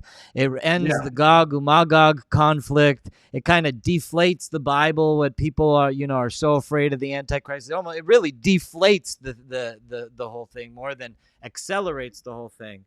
And Right. so Yeah. we're at this point where we're trying to figure out. Trump wants to go in. We don't know if we're going in. We don't know what's going to happen. I think Trump has a back card, and he wants that meeting with Mujtaba so that he could kill him. Like surprise, motherfucker! Pow! Don't trust us. I've always We're said the that he needs to United do. States. I've always said that he needs to do that. What I'm about to say, and he just has to check with the lawyers. And I think the lawyers would side with me that he can do it. So if the president is technically the chief law enforcement officer in the country, then could he have a meeting with Khamenei and just be like, "All right, we're making this great deal," and then as the guy goes to shake his hand, Trump slaps the cuffs on him. Yeah, book him, Dano. Trump arrest him. Going off to the ICC. Yeah, right. Absolutely. I've been on that wavelength too. And said, look, we figured it out. We have the assets. If you want to arrest them, we're pretty sure you can pull it off. Trump would do it in a second. And then Maduro and him are cellmates. I see it, bro. And if it happens, you heard it here with Mauro and I first. Yeah. So okay, so Dugan, we have Candace going to Russia to speak at this conference. It's like a massive deal. Um, what are the legal implications to her? What's her role in the whole Dugan ecosystem? Let's focus the next segment of the show on Candace and really expose all the buttons. I want the public to know everything, and you are the guy. Sure. Um, from the research, the best I can tell is that the reaching out to Candace by pro-Russian influence operatives began in 2018. But they were trying to reach out to Charlie Kirk and Turning Point, and then got really excited when Blexit was announced. And so there was a guy, John Mappin, who is big in the Church of Scientology out of London and very well connected with the Russian government. And he's open about it. He's close with Dugin. He's very pro-Putin, celebrated the invasion of Ukraine, and he boasts about the fact that he and his Russian-speaking wife, who says that she grew up in Kazakhstan and Russia, are well connected with the Russian government. So this is open. He starts obsessively tweeting to Candace Owens, more so than anybody else, but also Charlie and Turning Point, saying, And "You guys what need to years get are involved." this? What? What year is this? 2018. 2018. Yeah. And he starts saying, you need to get involved in foreign policy activism, make the U.S. friends with Russia, China, Iran, and North Korea. And so that's like the pitch. And then Blexit happens, that gets announced, and a bunch of weird things happen really quickly. Russian intelligence, we know this for a fact now, has these bot networks, and they immediately begin promoting Blexit. Pretty odd, right? So they're promoting her and Blexit like as soon as it gets announced, and at the same time, you have John Mappin, who's very well connected to the Russian government and openly saying he wants to influence Americans to build an American-Russian alliance, reaching out obsessively to her and saying like ridiculously over-the-top flattering stuff, like he says, you're going to be the greatest freedom fighter the world has ever known because you're going to free all of mankind from slavery. Like, I guess the slavery mindset or whatever. Like, just insane stuff. It apparently works because at some Right. point in Dugan's November always 2018, Dugan's always saying these things. Like Candace is always right. He makes these yeah, posts and all it the time. mirrors Mappin. So Mappin's doing that. Dugan comes in later, but Mappin is connected with Dugan very closely. And so so you have Russian intelligence promoting Blexit, and then you have at the very same time you have John Mappin, Russian connected influence operative, reaching out to them saying, "I want to talk to you about getting involved in foreign policy and expanding Turning Point to the UK because he lives in London." And doing something like that, expanding an organization and a fundraiser like that takes normally months, if not years, of preparation. And this is before George Farmer? This is how George Foreman comes into the picture. Wow. So Big here's what reveal, folks. Yeah, so here's what happened. So November, this contact is made in November 2018. After this flurry of activity, Mappin makes contact with Candace and Charlie, primarily Candace, I think. And Candace says she just had a feeling she had to go to London. You look at that's not what was going on. But she says it was just a feeling, which is kind of suspicious that she characterizes that way. And she made Charlie go, that she used the credit card to set up the trip. And Charlie's like, I don't want to get involved in British politics. Like what? Why are we jumping in this now? And so she's like, she forces him to go, probably tells him there's going to be all these big donors there to give money. So he's like, all right, whatever. And so they go over there, and very rapidly, shortly after they arrive, in like a little bit, like maybe December 11th or something like that, there's a fundraiser. They're with John Mappin, the Dugan associate. He has a fundraiser with reportedly 250 people. So a massive fundraiser for them. There's video of him introducing them, and they launch Turning Point UK, just like Mappin wanted. This happens in a matter of weeks. That's not normal.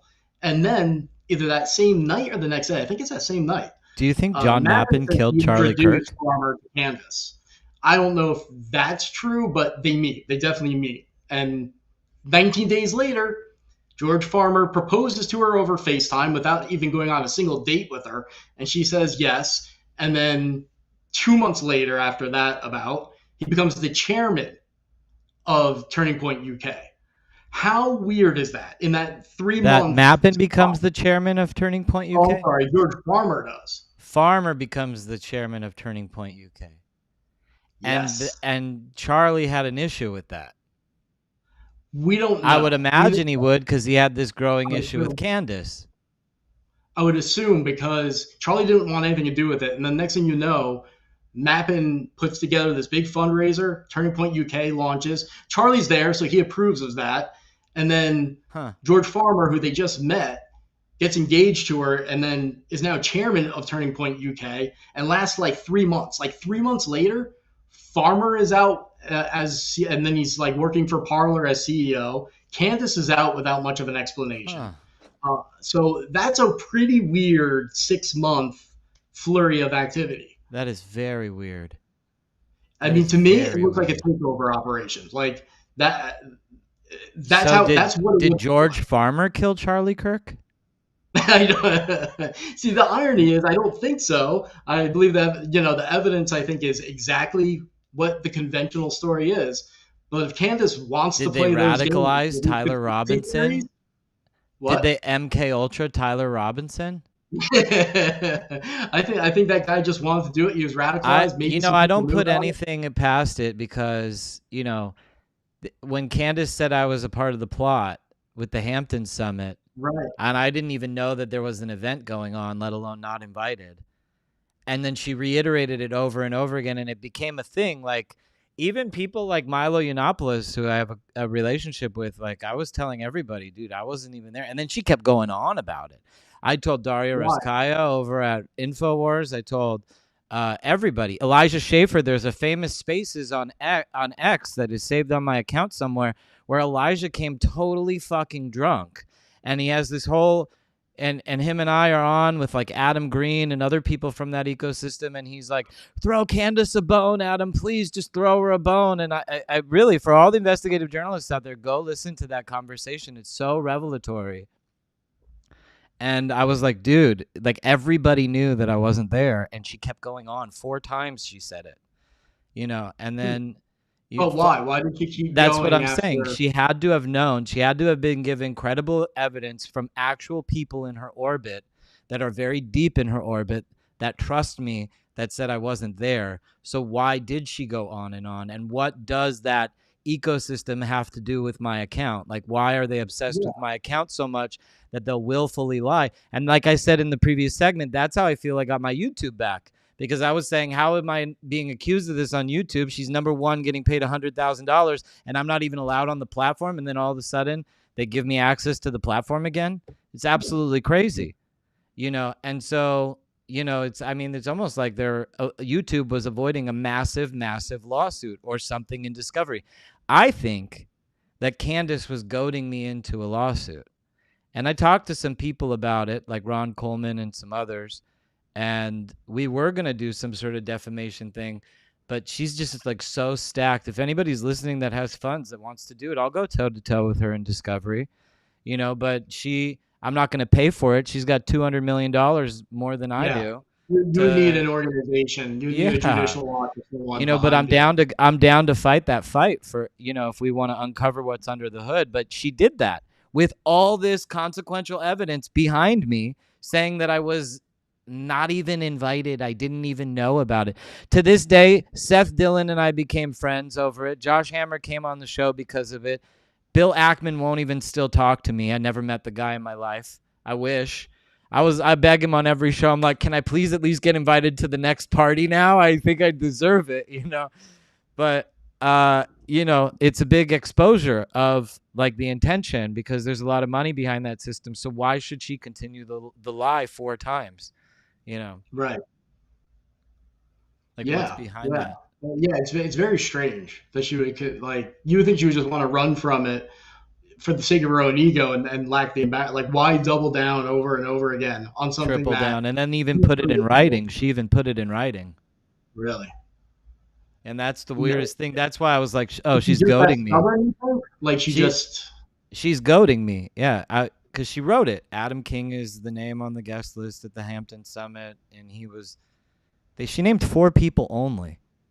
right. Myself, Bill Ackman, Seth Dillon, and Josh Hammer. It's so strange. And then But why after, would she goad you into a lawsuit? What, like, why I would don't that know. benefit her? I'm not sure. I think she wanted Hmm. to subpoena my account or something. It was trending at that time. Lucas Gage subpoenaed the account like 80 times. I think maybe it might just be because you're Jewish and you're open about it. I think it was because I was the number Desperately one wanted to contender in the have it. Nazi world, and they wanted an echo chamber, and I was like this lone Jew on the wall of the echo chamber, Yeah, pissing everyone off, and I was the ultimate troll because at Infowars, like they all knew me at Infowars, they didn't want to work with me at Infowars because they were on an op, and I would destroy their op, and I came in the back door like not on purpose at Infowars. Thanks to Rob Dew and Alex Jones and Daria Riskai and all these wonderful people that helped platform my show, and it was almost like the fly on the wall. Nick Fuentes had the biggest problem with me there. He was calling me Alex's Mossad handler for the longest time.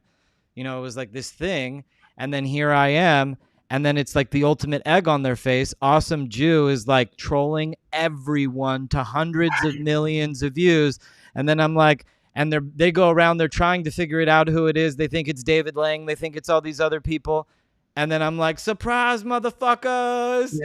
And it's like the yeah, ultimate egg on their face. It's the ultimate troll, the greatest troll that ever happened on the face of the internet. And yeah. and they're the victim of it. And so I could see why they would be obsessed with, Interesting. yeah. I could see Yeah, why it would hurt them so much that, to get owned and like I think that. she desperately wanted as much as possible to have as many Jewish faces come to people's minds Hmm. when she tells her stories, and Yeah. her And conspiracy Awesome Jew theories. is infamous in X.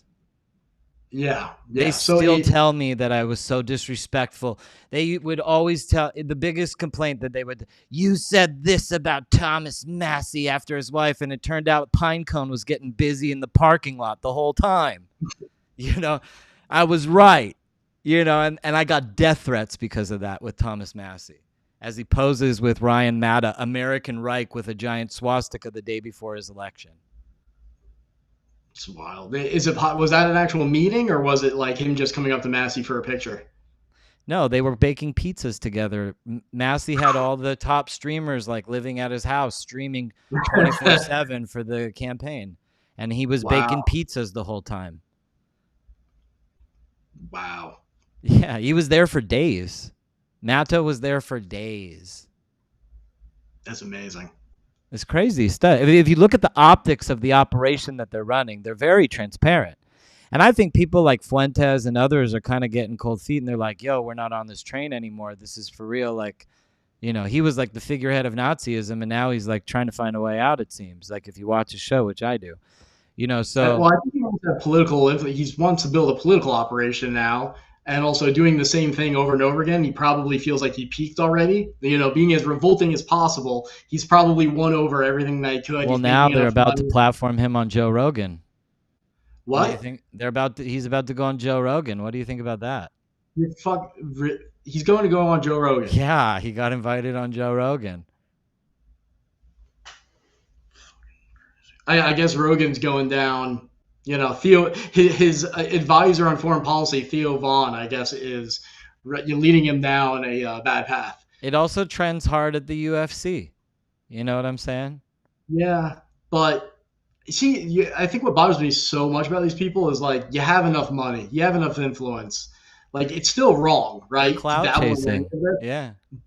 But if there's a certain logic of, well, I need to do it to feed my family and whatever, it's still wrong. But there's a certain logic. Like when you're rich and you have nothing to worry about, and you're still chasing clicks and chasing money and popularity, that's a special form of sickness, I think. Well, the guy's allowed to have anyone on his show, just like Tucker and just like that. And the question is how's the interview going to go? When Fuentes was on Tucker, it was like, I thought you were a Fed. No, I thought you were a Fed. It was like so softball. Like I felt like Tucker wanted to make out with him, Yeah. and so we'll see how Joe Rogan plays the interview. But I mean, I wouldn't put it past Rogan to have a trap, right? Like some moment where like you might genuinely want to talk to him, maybe secretly has some sympathy there, but Fuentes is so bad. I feel like that gap between him and Rogan is still so big. It's hard for me to see Rogan not going in there armed with some jokes or some rhetorical traps Well, let's see, because Alex Jones and Joe Rogan are very, very, very close. And Yeah. anytime that any embarrassment would come to Nick, you could guarantee he would be on Alex Jones the next day. And Alex Jones is one Right. of the biggest podcasts in America. Every single day after Fuentes debated me, he appeared on Jones.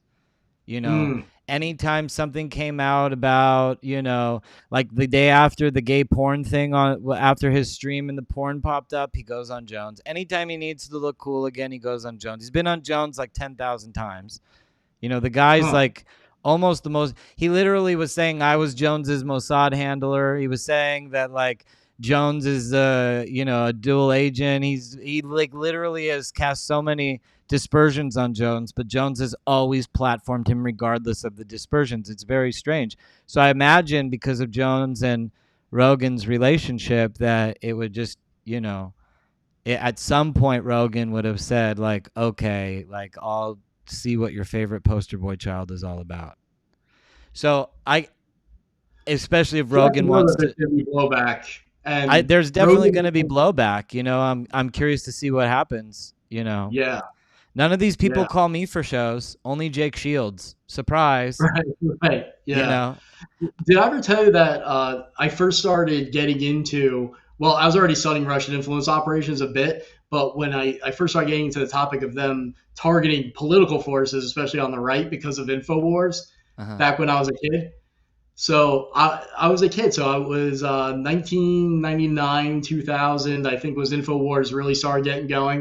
It Yeah, I was was before there nine too. 11 when I noticed this. So it might have been the year 2000, early 2001 when I was going through all of InfoWars website because they had headlines for every single day, like organized. So it Yeah. was actually, if I want to see what happened on a certain day, I could go get headlines from that website, and there'd be some wacky ones, but there'd be legitimate ones too. Right. And I read the Russian press every day because that was like more my thing at that moment, even more than the Middle East. And I kept noticing, like, well, this is from Pravda, and this is from Pravda, and it wasn't. They didn't add anything, but the content was copy and pasting from state media unnecessarily. Like you could have gotten the same headline from another source, and it was Pravda, and I believe and other Russian sources. I forget which ones, but I know Pravda was there. And this too long ago for there to be like an archive.org type of investigation. So I guess I can't 100% prove it, but like it was enough of a moment in my life. I remember it. I'm not wrong. I'm not misremembering it because it set me on this path. And I was like, what is this? And I never figured out why that was, but I knew what an op looked like at that point, and I knew that that strategy is what they're using. It's called narrative laundering, and that was my first experience with it. Well, I think the most interesting guest that ever appeared frequently on Infowars was Victor Boot. Yeah, He right. was always on Alex's That was show. brazen. Yeah, he was always on Alex's show. I thought that was very brazen too.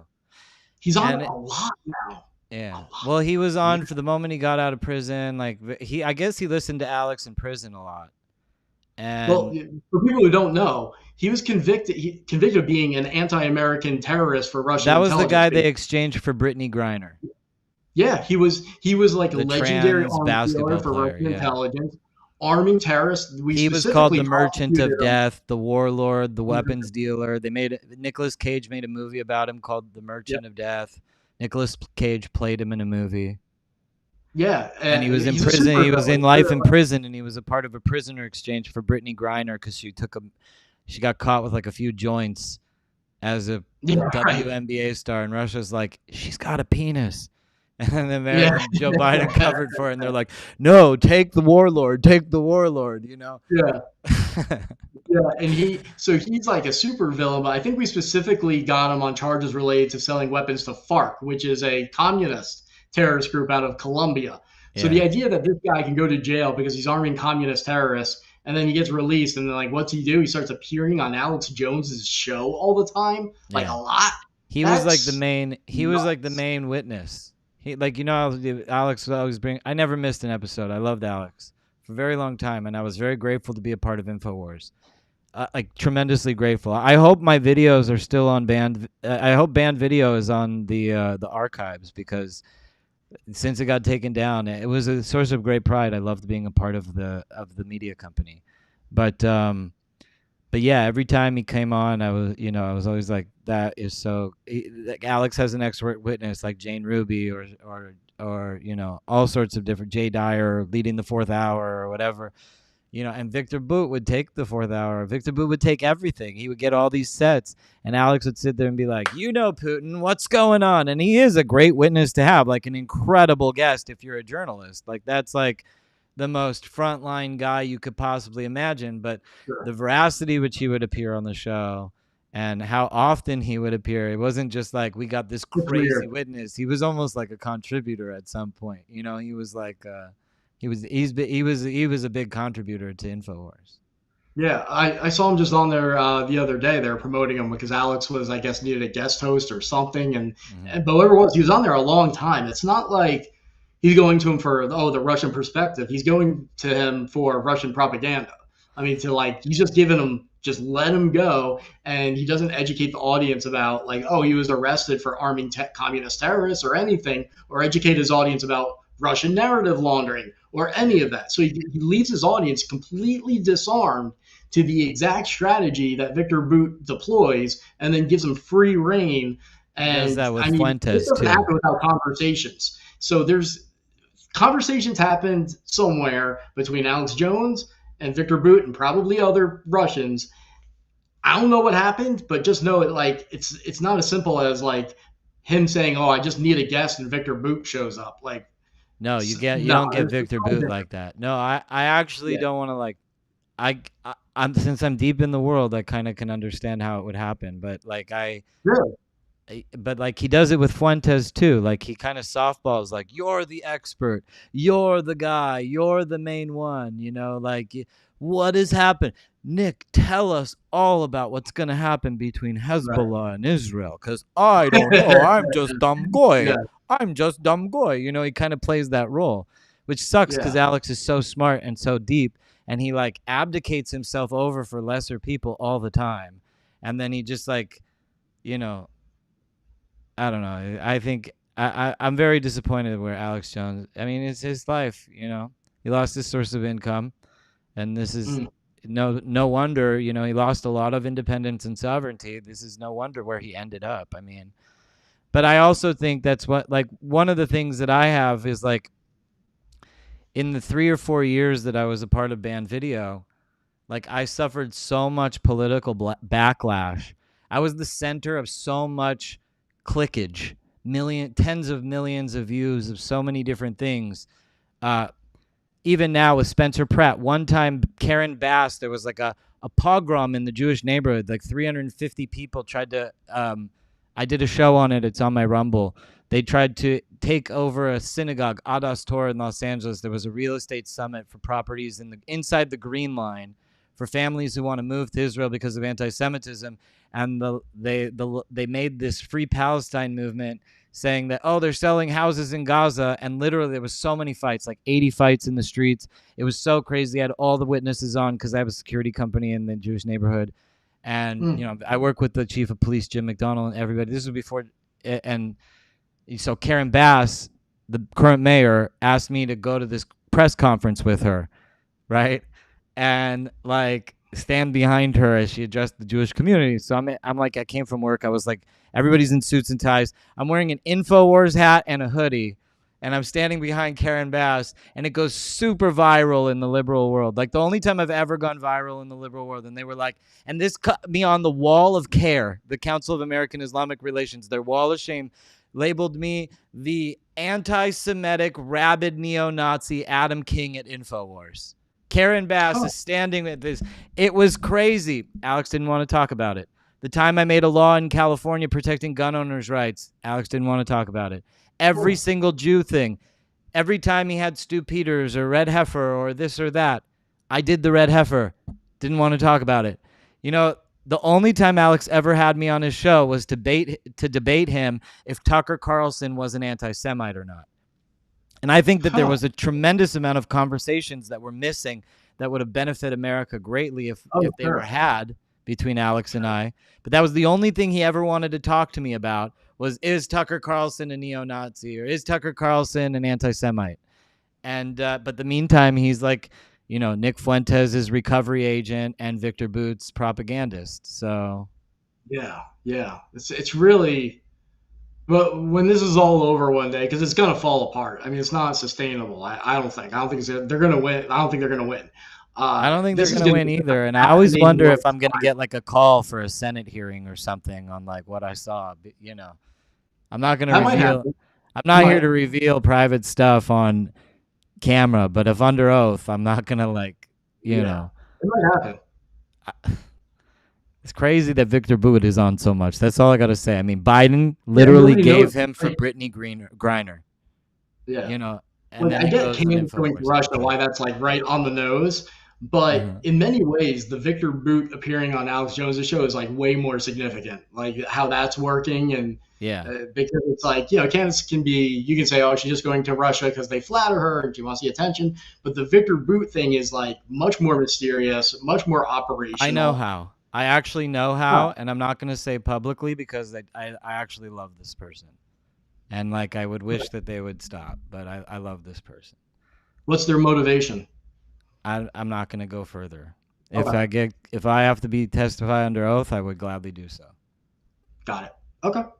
But Do you think I Alex do love Jones this is person. I do fully love this aware? person very much.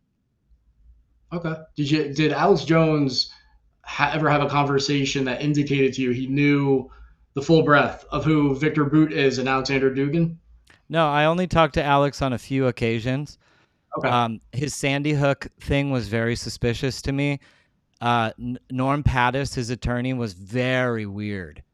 And I mean, he Hmm. got the whole Sandy Hook thing is a very weird story to begin with. Um, there was a bunch of people in it that like kind of set Alex up on the Sandy Hook thing, and Alex was also like he was constantly platforming these people on his show, but he had the lawsuit specifically I had an involvement in, and what happened is Norm Pattis kind of fumbled the ball. He like got up on stage at a comedy event mid trial, pulled his pants down and started yelling the N-word and got disbarred in the middle of the Alex Jones Sandy Hook trial, right? So Okay. it was very weird. Alex got to petition. It was like a 6-month suspension so that he could finish the trial. It was very weird. But in the meantime, like something like 9 days before the appeal, I have a friend who's a very unbelievable, successful civil rights attorney. He fought the city of Beverly Hills for the vaccine and the mask mandates and won. He's a hero, David Hockingfar from Hockingfar Law, ccwlaw.com. He made the law with me. We both made the law together. And this is another reason why it was so strange that Alex didn't even want to know that, because I introduced David and David was hired to be the attorney for Alex for the case. And Alex and myself, Alex and David had a FaceTime once, like a Zoom conference, at the meeting, and we went over, you know, because David wanted to come on my show. He had this idea for a show that he was going to come on, and we were going to talk about Sandy Hook. So he's like, ask Alex where he's at in the appeal process. I'm curious. So 9 days before the appeal was due, I asked, like as an investigator, like, hey, what's going on? Somebody wants to ask me this question on the show, and Alex called Norm, and Norm didn't have anything of the appeal done. So they hired David. David got hired and through whatever. There's a whole system with the real estate law firm and whatever. I'm not going to get into that. Like I said, I'm not here to squeal on people unless I'm under oath. But long story short, he hired David. David wrote the entire appeal. He didn't pay David, who was my friend and just like a lover of Alex Jones, and he did it for free. And then at the very last moment, Norm Pattis had like taken parts of David's appeal, wrote his own bullshit, and submitted the appeal to Sandy Hook, which ended up losing the case and losing InfoWars. And it was so strange to me because I was like, holy shit, you just had the A-list appeal done. You hired the guy. You didn't pay the guy. And then Norm Pattis pulling his pants down, yelling, enter, he still uses that appeal, and there was like no repercussions. Shortly after, Norm Pattis did Owen Schroyer's case. Owen Schroyer thought it was a victory that he only got 60 days in solitary confinement in a cell. I mean, it's so crazy how much they can benefit from a Jewish lawyer. You're right. Yeah. But that's a true story. I wanted to focus on Candace. I didn't want to focus on Alex. I got a little spurred out this week when Alex had on HT, and it was like almost like a goose stepping kissing match. Like they seemed to love each other very much. I mean, Alex did push back in a lot of places, but it was like very, very strange optics. How many neo Nazis get platformed on Alex Jones's show? It's just Myron Yeah. Gaines, Stu Yeah. Peters, Nathaniel Kapner, every major person that came up into the anti. Candace Owens was also kind of created by Alex Jones, you know. So I'm not here to take shots, but you know, there is suspicious stuff. I'm out for America, dude. I'm America first, and like that doesn't. Victor Boot is not America first. Right. Yeah. No, not at all. Yeah. It's really amazing to see, because you can, like, if someone associates with someone like one or two times, and it's like, oh, I just didn't know about it. Mm-hmm. That's one thing. And it's also another thing, like, let's say you're friends with someone and like they have a bad history. Like, I see nothing wrong with being friends with anybody, actually. Yeah. If someone has someone on and they're not saying bad things, inciting anti-Americanism or Jew hatred or anything, I can kind of understand that. But Victor Boot and Alexander Dugan and all of them, they appear on his show and like it's unfiltered. Mm-hmm. It becomes their propaganda station, and he allows it. Yeah. And That's I true. just can't help but feel like there's multiple bigger stories there going back to 1999, 2000, because I don't think there's ever been an explanation as to why he chose Russian state media to populate the news updates on his website way back when. Yeah. And they were all going there. Greg Reese would go to Russia. They were all going to Russia before Tucker went to Russia, before it was cool. Alex is also very, very close with Tucker Carlson. Very, very Yeah. close with Tucker Carlson. Yeah, Tucker makes it sound like Alex Jones is a prophet. Like he was like, oh, he predicted 9/11 in detail, in detail. And That's I why so I I think looked up the Alex Jones video. is constant. Alex Jones is really an insecure person. He's constantly abdicating his expert opinion for other people. And he kind of plays this role and he just like lets other people talk. And he's like, he has so much stuff. It's just such a shame, like how you never really hear Alex Jones. You hear a lot of other people inside of Alex Jones. And I would Interesting. hope to God that because at one point he was like adamant, it's not all the Jews. There's bad people in every place. He had the Kanye West thing on. That actually the funniest thing. My first video ever, episode 13 on the Adam King Show, was the day that Kanye West. It was my show. The day that Kanye West came to Infowars, I'm doing my show, and then we're going back and Ami Kozak was my guest, and we're going back Oh, and forth because Ami and I are very good friends for a very long time. And we're going back and forth between Alex and Kanye and that whole Nick Fuentes and Ali Alexander, who like is the pedophile, and that whole thing going down. And back to my show, back to this thing. And at the time, that was before I knew Ali Alexander was a pedophile, and like he was a friend of mine, unfortunately. mhm. But the Ali files, I don't care anymore. But yeah, let's focus on Candace because I got you. You're the expert on Dugan and Candace, and I didn't anticipate going down that road. I'm glad it got out there so people could clip it, that the information could get out there about what's going on at Infowars and what the powers that be. Because in the end of the day, I'm like more with America than I am with Infowars, and like there's a lot of Russian influence in the operation, especially as it relates to Dugan and others like Victor Boot. And Victor Boot is a Mhm. very dangerous man. He's responsible for a lot of death. He Yeah. literally went to prison. They, like you said, he got caught in FARC in Colombia, but I mean in Africa, he made his fortune arming tribal groups, creating like mass bloodshed, Yes. like Rwanda genocide, like crazy shit he was a part of. He was the guy Yeah. who brought the weapons to like a lot of fucking people. So he's He's not. like one of the worst humans who's ever lived. Yeah, it's Like, like as if Bernie Madoff, imagine if Bernie Madoff was Ben Shapiro's guest like once a month. right, right. It would be like equivalent, like level Yeah. of criminality. You know what I'm saying? People would lose their minds about who Ben Shapiro really is. But Alex Jones, they still. Nick Fuentes is like America first, and everything is America, America, America, America, America, America, America, and it's Yeah. not. It really It's isn't. no, it's not, no. They're America gone. It's not even America Mm. last. Like when Tucker, he says he sees a future of violence. Like I think he said he wants it like that, and then said that he didn't say that, but he did say that he believes the feudal system is the best. Hmm. He makes it sound like Russia is better than the U.S. You go to Candace. She says that she would be her like ideal form of government. She would align with an Orthodox Christian state led by a czar. Um, Alex Jones, I don't think, has ever talked about replacing the U.S. government, but he's talked about No, there was a theoretical culture. armed There was like a revolution a like lot. kind of like how you speak about the language of Alexander Dugin. There was Yeah, like language like the fall of the republic, post republic, like that kind of yeah, language that like floats around Infowars a lot. Especially Ali Alexander used to like never stop talking about we're watching the fall of the republic level shit. This is like almost post republic level shit, and they would constantly this language over and over and over again, kind of like trying to manifest this like you know yeah. this Yeah, people don't know situation. what that means. If you don't know the ecosystem, what that's saying. What that's saying is that's close to 0 hour. Like it means are you going to step up at this last moment to save the republic? So it's just shy of saying prepare for or perpetrate armed revolution. You're just saying we're really really close to it and the republic is falling and we're going to have to do it one day, but you're not actually saying it's now. So I mean Tucker basically was much more explicit about that. He wants a feudal system. Nick Fuentes openly says he wants a Catholic dictatorship. Catholic That monarchy, yeah. He wants to he's a overthrow the and then also he's a Constitution for a Catholic dictatorship. monarchy, and he Yeah, calls it yeah. America first.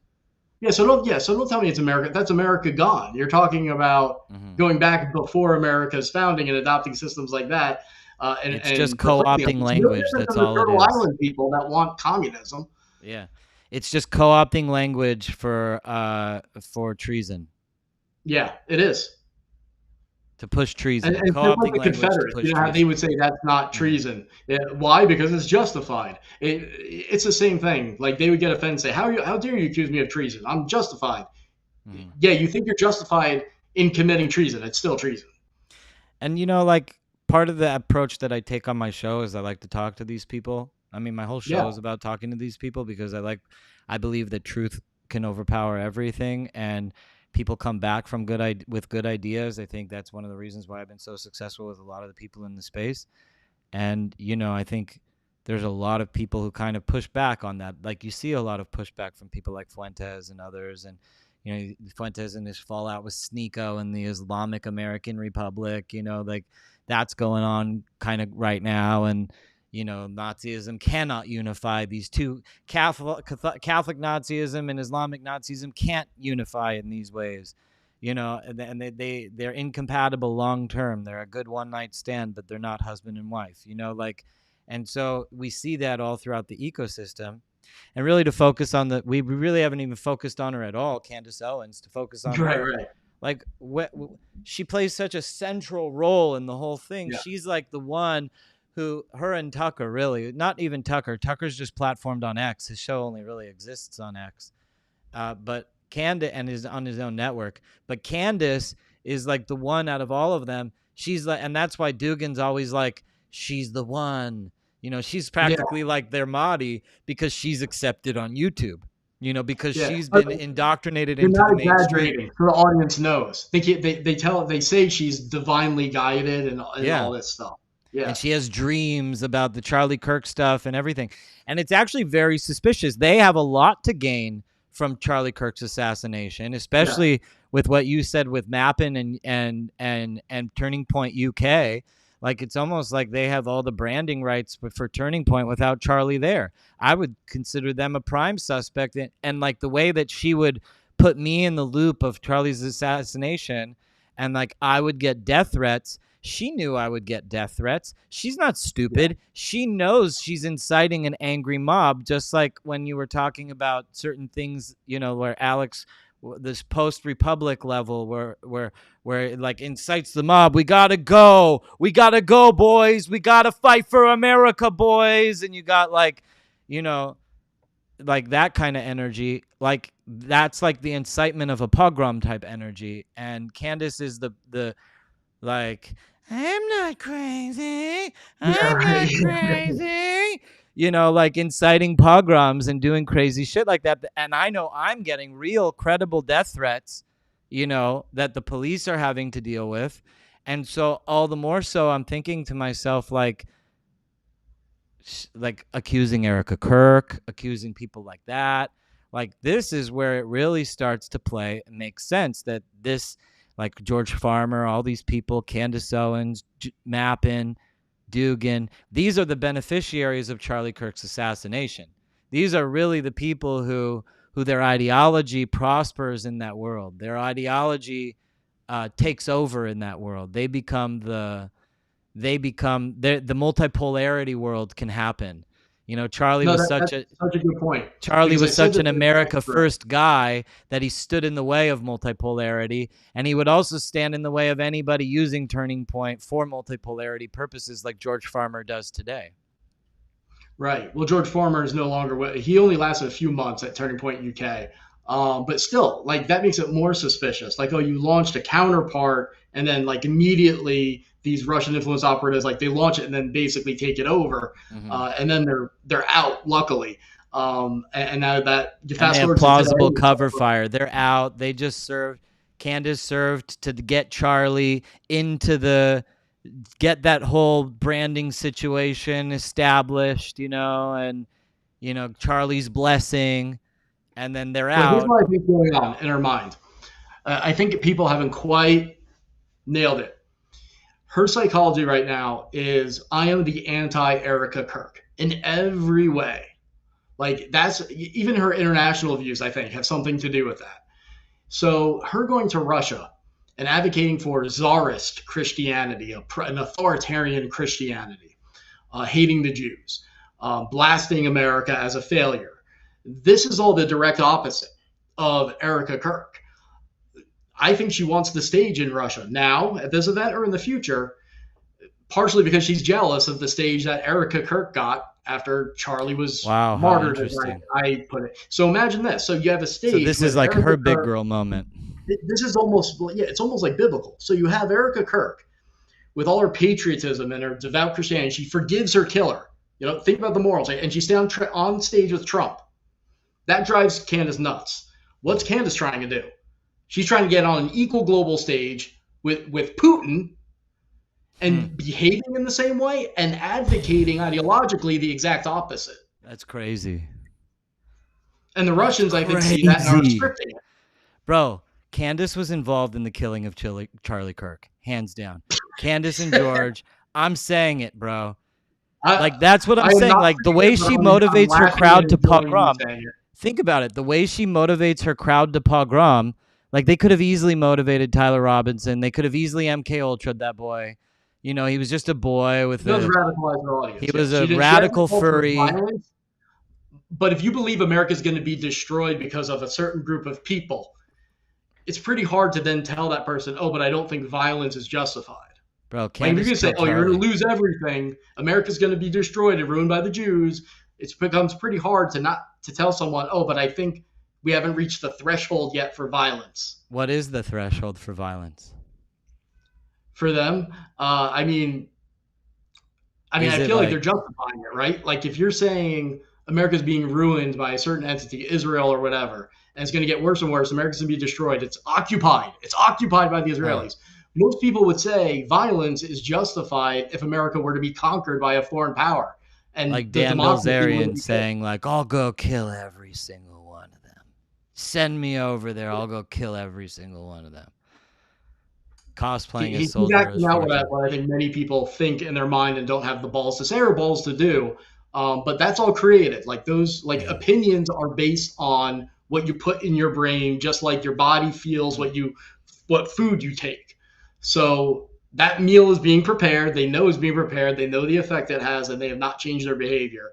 So I have to assume the worst of their intentions. So whether it was Candace or George or Mappin or any of these guys, it certainly serves us to look at Dugan as a suspect in the killing of Charlie because Qatar was putting money into the left and everybody in his kind of purview that he's like this academic prophet of is like the anybody who subscribed to multipolarity, foreign influence operations from the multipolarities, you know I think like being a large account on X, you yourself also can probably feel it. That ever since the Iran war, like the vibe on X has really died down a lot. Like it's clear that there must have been a lot of funding coming from Iran into the X ecosystem, because there's just so much. I don't see any of the same steam that I used to see. Even now, I as saw in the Massey beginning. leaves and all those people, I don't see the steam that I used to see. Dom LaCour got demonetized for becoming pro-Israel. Everybody's down on their viewership. Everybody's viewership is like drastically down. Everybody's complaining about it and the algorithms, and it's almost like the entire X purchase was a part of this operation in a sense. It certainly served a very central role in it. Hmm. I don't. What I can say about Iran was, and I wrote an article about this because I was part of the data analysis looking at this, was that the Iranian regime and their allies, including Dugin, won the narrative battle early on, at least for the first month of Operation Epic Fury. And when you traced it, what you could see is that the accounts that got the most retweets, the most engagement, the majority of them were foreign linked ones that were anti-American, Like pro-regime, Junior, and hmm? like the Junior account that never seems to be able to get thrown off the platform for making up lies and stories. I'm Junior not with sure a which one V. that is. That's good. That means he's not as popular as people think he is. Yeah, But but Junior with but a the V. idea was that when you looked at it, like JV. J, Yeah. It's spelled Junior, but with a V instead of the U. okay, Or that Adam um, guy. That Adam guy was Adam, yeah, big. He's not around anymore. You don't see him anywhere. that's right, that's right, that's a good point. Yeah, a lot of Yeah. those. Yeah, you're right. A lot of A those lot of accounts those are people got not appearing taken on my out. timeline. Even Ahmed Suleiman spaces get like barely any people anymore. Is wow. So yeah, so I guess it took a few weeks for Operation Epic Fury to have its effect, but Uh-huh. because I remember the first month it was pretty dominant when you look at the top Hmm.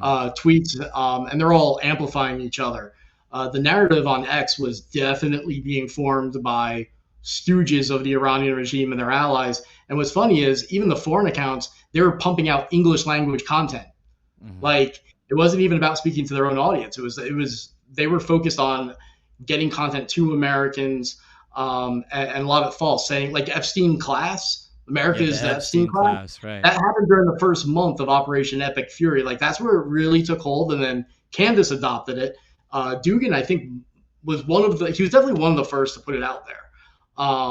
But that was when during that first month of Epic Fury was when that became like mainstream language, and it was because of a group of identifiable X accounts. Yeah. And that's why they get around Farah, is because they just know that all they have to do is platform and astroturf these accounts to the millions Yeah, and billions of views. These people are going to get paid, like Chud the Builder. They're just going to get tons of money and do their stupid shit over and over again because they're getting paid to do it.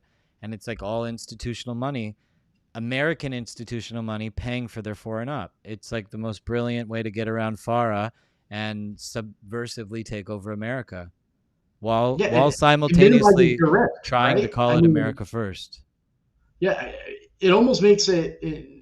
You almost never now have to do the old school spy work and have those very risky meetings and be Hmm. careful about what you're saying. Like, just think about that. You don't have to even. You can recruit someone without even talking to them now. Yeah, think about what Candace. Think about the private meetings she must have had. I was a diplomat once. I've been to like Mhm. private diplomatic meetups and stuff like that. I was a delegate to the African Union for the United States. At the Hmm. African Union, there was like every single ambassador from Africa in one room in the same time. Bro, it was so much fun. You could talk to anyone. Just walk That's up to them cool. and introduce yourself. And you saw those videos of the conference where the Taliban member is just sitting, the Taliban representative at the St. Petersburg conference is just filming, and Candace is in the room too with the Taliban member. You know, Yeah. and that's how those diplomatic rooms work. They're like very special, very secret, very Yeah. This is a private. really sketchy one. And Like, Candace must have had so many meetings. She was glowing from her St. Petersburg elevation. She must have been given exactly what to say, privately behind closed doors, exactly what to do, how to act. she hit all the like we you can do an analysis and see what the Russian narratives are and how they change. Like it's pretty easy because they do what's called the fire hose of falsehood, Hmm. And so they'll have a couple of like 4 or 5 points that they just douse their networks with, and you can see them all move in unison. And the Yeah. ones that have been adopted shortly before Candace's trip, she adopted all of them. Especially That's in the crazy. last interview that I saw, where it's really long, where she's talking to Russian propaganda. I uploaded it to my X channel. I couldn't believe it. I'm like, she just systematically hit each thing. I think that they're very afraid of me. I think that they know that I have something to do with the Jewish Messiah because like they have big guests. Like Candace had Myron Gaines on her show just to talk about me. Is And that right? the two of them just sat there talking about me. Yeah, it was weird. I mean, it was a like probably like a three Have to you five minute contacted set. her to see if you could go on her show? I reached out to Milo because I talked to Milo. My cats had kittens, and I offered her a kitten. Yeah, True story, I swear to God. And that's Milo not said it. he asked her if she'd take one, and like true You know, story, she I had to swear get to the God, Russian she cat. didn't get back to Yeah, me. You know, but imagine what a narrative, right? The guy who's like crazy on the internet, you know, like doing all the Jewish sci-fi stuff in the Nazi world, and yeah, they're like, he's the one. He was in the Hamptons sub, and I'm like, here, take a kitten. Would you like a kitten? It's like the yeah. optics of it behind The closed others doors. is That really great. happened. You know what I'm saying with Yeah. Milo Yiannopoulos? It really That's happened. really funny. You That's know, really funny. But that's a good lesson I think for people too, because I always tell people like if you're trying to figure out like the credibility of a source, look at who they're interacting with and if there's any diversity of opinion. Like in the political realm, you don't hear about Candace Owens hanging out with anybody. You don't hear about her talking and getting advice from. I she never hear about it does. from She does. anybody, Brett but I definitely don't hear Cooper, about it and from they people go who to think church differently. together on the holidays. She has her holiday summits with her girls. Brett Cooper, Megan Kelly, they do holidays together. Megan Kelly does with her, They had this picture from Easter that they really. published where they were all out there on Easter together. And I was just like, whoa, this I didn't know Megan. I sisterhood, knew Brett Cooper was. this Yeah. sisterhood, the nuns of the apocalypse. But here's the thing: there's Brett no Cooper trying to indication. sleep with clavicular on her weekend vacation from her husband, and the nuns of the Beatitude with Candace Owens. And I would love to hear a theological discussion that they have and how stupid it must be. But it's I would like love to go on Candace. I would love to sit down and talk with her. you should. I mean, she should be. I know you would, but she should do that even for the sake of her own. Like, I will not trust someone that I don't see constructively engaging people with different ideas because that means you're not exposing yourself to all the information out there. So why would I listen to you about anything? I mean, you're choosing to just take pieces of a select piece of a puzzle, and then claiming you can talk about the puzzle when you don't even know what pieces exist. When I did my show with Alex about his Tucker Carlson and anti-Semite, Alex kept saying to me, "I'm going to get you on Tucker Carlson. You can have this conversation. He'll have a conversation with you. He'll for sure have a conversation with you." And no, he doesn't want to have a conversation with me. And Candace Not even Owens, I privately. do It's any of not. those guys' shows. I go Tucker, I go Candace, because of who I am in the exosphere. It would be so viral. They would make so much money. This Yeah. show that I'm doing with Jake this month, because this Christspiracy guy made like a ton of money clipping my red heifer stuff. And so he wants to go on with me because he made a ton of money. It like went super viral for him, like stupid viral, like retarded viral. And so he's a nice guy, this guy Cameron. He's like a PETA for Christ type of a guy, like Okay. and vegan warriors for Christ or something. So Mhm. we've been able to find common ground to talk, and he's not threatening at all. And Jake's there, and Jake and I have a really great relationship. So, we're gonna have a great time and have this conversation. But that's like I just think it's so funny. Like like I'm willing to talk to anybody. These guys are Yeah. coming at me for the red heifer stuff, but they could talk to me about anything. It will go so viral if Candace had me on. It would go so viral if No, it'd Tucker be had me awesome. on. For sure. It'd be awesome. Awesome Jew and Candace one on one. It's like Yeah. she before Charlie, she would spurg, awesome Jew, this account, awesome Yeah, yeah, Jew, awesome Jew, awesome Jew. She went on Pierce Morgan and nearly lost her mind. There's the famous awesome Jew Pierce Morgan episode where she was like fuming at the mouth like a dog with rabies, and this guy, awesome Jew, in my account. And it was, oh my God, dude. but again, isn't it? I just keep going back to that almost biblical contrast. Like you did nothing to her, right? And she's just full of rage and Just resentment. And hardcore then Erica troll. Kirk Yeah. is up there after her husband just got assassinated and everybody saw it and she forgives her killer and it's genuine. The people that say that's Yeah. not genuine, I don't know what you were watching and why you think that. Yeah. But It but totally I mean, counts. she did Just the having to nicest, live most with the fact Christ-like that thing. just Erica Kirk having to live with the fact that the eternal video record has her saying that, whether she meant it or not, she gets credit for it. I mean, she said Yes. it. It's like immortalized on video. Like her response on video was not "fuck that bitch." You know, it Yeah. was like I forgive her. She like went to her. Like that was so strange. Like Candace didn't go to Erica. Erica went to Candace. Yeah. You Yeah, know, that's a it good was like point. so strange. The optics were so strange, and it was like, and Erica was just like, "Please stop," you know, Yeah.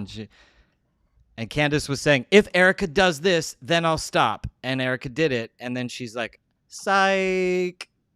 Yeah.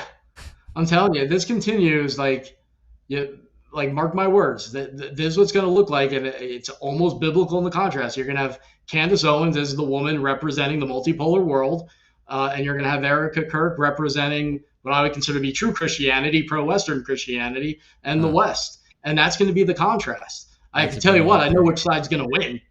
Oh yeah, God is with America, brother. Yeah, yeah. It's not. I mean, it's not even close. That contrast between like in terms of Christ-like behavior, who's going to Yeah, win that argument for Christianity? and let's be Candace real. following with Putin, or Erica Kirk, and with what she did following Charlie's death.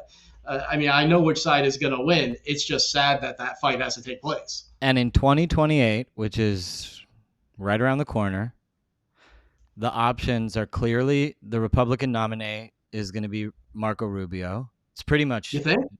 dude, he's pulling so hard in his freaking Nicolas Maduro sweatsuit, DJing a wedding. I know, The I know, I guy's know. so badass. He's like Yeah, making peace in the Western Hemisphere, in the world. And so, like, there's like this core contingency that's around. There's people around Trump that are very hostile towards America. Like Buckley Carlson was the chief communications for JD Vance, you know, Tucker's son. There's yeah, other people, even Roger Stone, who Trump pardoned and saved his life. I had a conversation with Roger Stone that was very jarring about, where I tried to talk to him about Alexander Dugin, and he insisted on me converting to Christianity and accepting Jesus. And it was just like a very weird dynamic. I was like, yo, dude, like this is a threat to America. What are you doing? And he was just like, take this seriously and I'll take that seriously. That's what he told me pretty much. And a lot of it's over that's text message. And I was just like, I just thought it was so crazy. And these are people in Trump's orbit, in Trump's ear, with Mar-a-Lago invitations, and they're like creatures of Mar-a-Lago. And like, I want to make sure that Trump does the right thing. I know Trump wants to end the war in Ukraine. And if Trump is getting like kind of like the dingling carrot, like, oh, we'll end the war in Ukraine if you give us multipolarity in Iran. And, they're kind of using that as like, so he can have this win. I ended the war in Ukraine type of a thing, you know. But yeah. fuck I'm it, worried about dude. that. Fuck it. We should have Iran and Ukraine. What is this like American power sharing structure? Like, Right. who the fuck are you, bro? We rule the world. Did you not live here for my whole life? I'm 42. Like, we rule the earth. Yeah, And if you're not with that, you're not with Manifest Destiny. You're not with yeah. the. I mean, the Why did degree we to which spend so America, much to be, the yeah, police of the the degree to world? which America is ready to is like destroying the multipolar world. Few people seem to understand the domino effect of like Maduro, especially. I mean, that's Yeah. unbelievable. Cuba's going to happen. That government is coming down. Like if the Iranian regime fell, I mean, the effect of that on everything That is might be a just surrender of Russia in Ukraine. Like, I don't know how they would yeah. survive in Ukraine without Iran. Like I China don't doesn't even want to have anything to do with that anymore. China has been, from what I understand, helping them a bit more covertly. And they've stepped up that aid, but it's not a full thing. And then if the Iranian regime were to fall, and China needs that energy, you get even more leverage. China won't invade Taiwan if that happens. If the Iranian Absolutely. regime, That would be the there's no way. greatest They thing have to that worry ever about happened. losing their That fuel. would be No the way. greatest thing that could ever happen in the world for eternity, to usher in the age of the peaceful Messiah, having the realm absolutely secure for Arabs and Jews to Yeah. control the Middle East, backed with India, with IMEC, really Hmm. putting power balance with Pakistan and the nuclear stuff between Israel and Pakistan. It like detensifies the whole region. To have a Western friendly secular state in Iran, leveraging all that power. Talk about what the Uyghurs would want. China Yeah. is in a very defensive position at that point, and their Silk Road ideas and their conquest of Africa is like a very big expense after that happens. They're Yeah. not able to fund those massive projects. Africa can become liberated. These are huge territories of the world that could become under the American sphere of influence almost overnight, just by Yeah. removing Iran. Zambia is the largest producer of uranium in Africa. When I worked in Africa, No. I worked in the Trump v1. I got really powerful in Africa, and I was very close with the Zambian ambassador to the United States, like ridiculously close. He taught me what diplomatic immunity is really about. And Joseph Chalizia, may he become president of Zambia. Amen. Um, he named his son Jesus, by the way. Like, what a dude, you know. Did he really? But yeah, we caught them, Iran buying uranium in Zambia. It's the largest producer of uranium. It would fall. All the nuclear stuff would fall. Gotcha. And all the nuclear stuff would fall. Large parts of Africa would become sovereign, out of the realm of Iran and China. It would be so big for India. I mean, it would be an economic boom. IMEC would become like the gold standard that saves the dollar.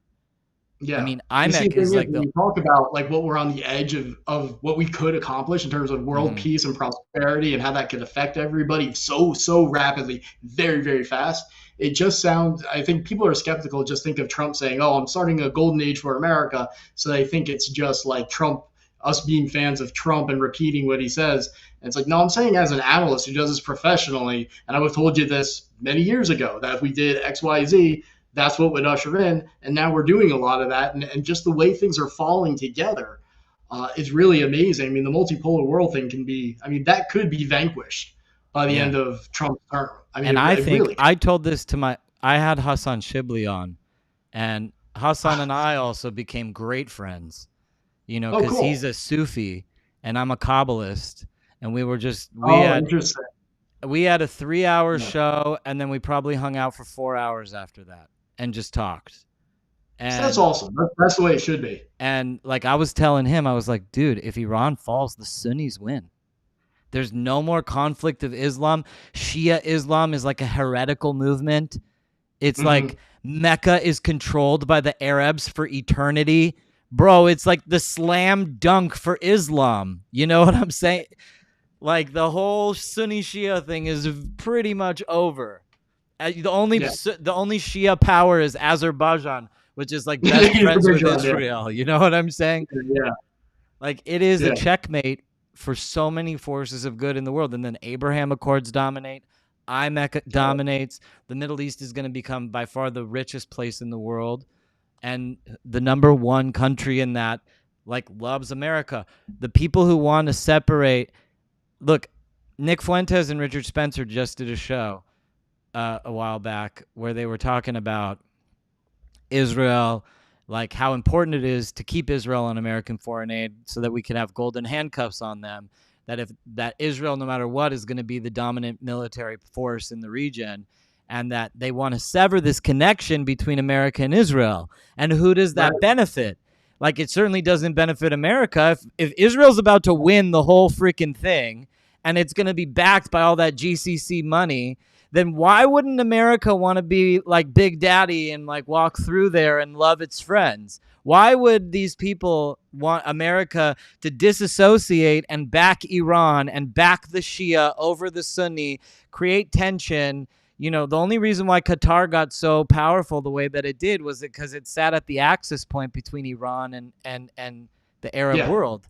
And then it doesn't have that anymore with the American Fifth Fleet there. It's like a whole Yeah, it all strategic comes together. And, puzzle. and the big irony here is that when like the one side blames the West for the ills of the Muslim world and the Arab world, and there not being a Palestinian state, the big irony is that if the West and Israel win and what we're talking about happens, the well-being of all the Muslims and Arabs in that area skyrockets. The scenario Yeah, that they're complaining about gets fixed. The odds of totally. a Palestinian state, believe it or not, goes way up in that Increasing. scenario.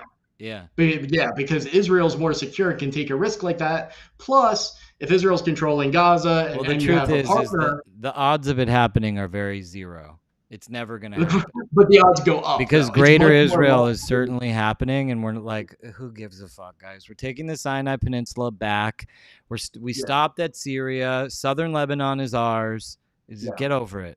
You don't have the power I to take it actually think back. I think there's a strong possibility that there's going to be this middle road entity where it's like you have a Palestinian entity, particularly, especially in Gaza, that is controlled by Israel's Arab partners and the U.S. and Israel. Everyone's involved.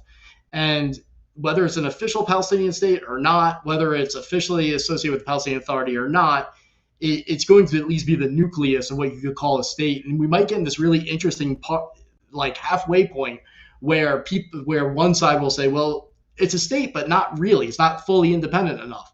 And then the other side, the people who want peace, say, no, I mean, their lives are improving. They have a certain level of autonomy. It's a state. Like I could see a middle point being reached there. Part of the reason why Israel recognized Somaliland was and made that a relationship was because part of the land of Somaliland was originally going to be given to the Gazans for a mass deportation event. I heard And about that. I and the didn't know that United that States today just confirmed. came out and said they're not going to recognize Somaliland. Really? The U.S. Yeah, did that? the U.S. did that today, and I'm curious your take on I how didn't know that. Somaliland plays into this, as because it's inevitable. This constant idea that the Palestinians are going to have a state in the very center of the Jewish homeland in what they call Samaria, the Shamron, and the West Bank. The West Bank is the land of the Jews. That's where all of our ancestors are buried. That's like our homeland. Tel Aviv is a recent phenomena. We were like, we're not going to start a war. But then there's us who are like, no, I'm taking the graves of Abraham, Isaac, and Jacob. I'm not playing around anymore. These are my sites. These are my ancestral heritage sites. Abraham, Isaac, and Jacob doesn't need to be a mosque the way that it is Hmm. today. It should be a synagogue that none of their descendants are even there. The grave of Samuel the prophet is a mosque. The grave of King David is the mosque. The grave of Moses is a mosque. These are necromancers. They're not even Muslims. The grave of Isaiah was a mosque. All these great prophets of Israel became mosques. And they're holding on to these assets in the West Bank. So when they say Palestinian state, they're basically trying to cut the Jews off of our ancestral homeland while we're this close. Yeah, I I think Go what'll ahead. happen is I think it would be different than that. Like I said, it'd be oh, I don't want to use the word puppet because that would be going too far. Because it'd be like an autonomous state, but those in power would be so dependent upon the Arab states that are allied with Israel and the U.S. That you would have free flow of people. The Jews would have access to those sites, but people wouldn't be deported, and it would be a different status than you see today. And I think a safer one. That's kind of almost the only outcome I see realistically happening, because you're not going to deport all the Palestinians. It would be wrong and it would backfire. It'd be a Maybe mess. that's why America didn't support the plan because they don't want to be seen supporting the plan that Israel and Somaliland built together. Maybe. That's the only thing I can think of right now without having read today's news about it, because it seemed like a home run. Like Yeah. Somaliland, that the benefits of that are so massively positive. I see very little downside. Yeah. I'm really surprised with that. That's how I felt too, because like I was very surprised with that as well. Unless they are planning something. But like I said, I don't like. I keep in my back pocket the Trump. I always know the Trump card is in the back pocket. I have. I'm looking right here at Trump the board game right in front of me. I have it. And like we Right. grew up with Trump the board game. There's the Trump card you pull out of the back, which is like Nicolas Maduro, which is like, oh, much to buy. You're here, like you said, book him, Dano, and you handcuff him, and Yeah. it's over. And then the multipolarity world is over. Um, so I don't know what could happen, but it's a very, very interesting. It's a very interesting subscription. I want to Yeah. focus on Candace. We have 15 minutes left in the show. I want you to give us everything that we need to know. Where do you lead the internet detective mommy sleuths? Tell us where to send them. So we went through from 2018, the formation of all that, and then all you need to know about the time in between then and now is Mhm. just she got more and more aggressively pro-Russia, started interacting a bit with Dugin on Twitter, and then admits at one point that she has two of his books. So she's been downplaying that connection, but she has two, not one, two of his books.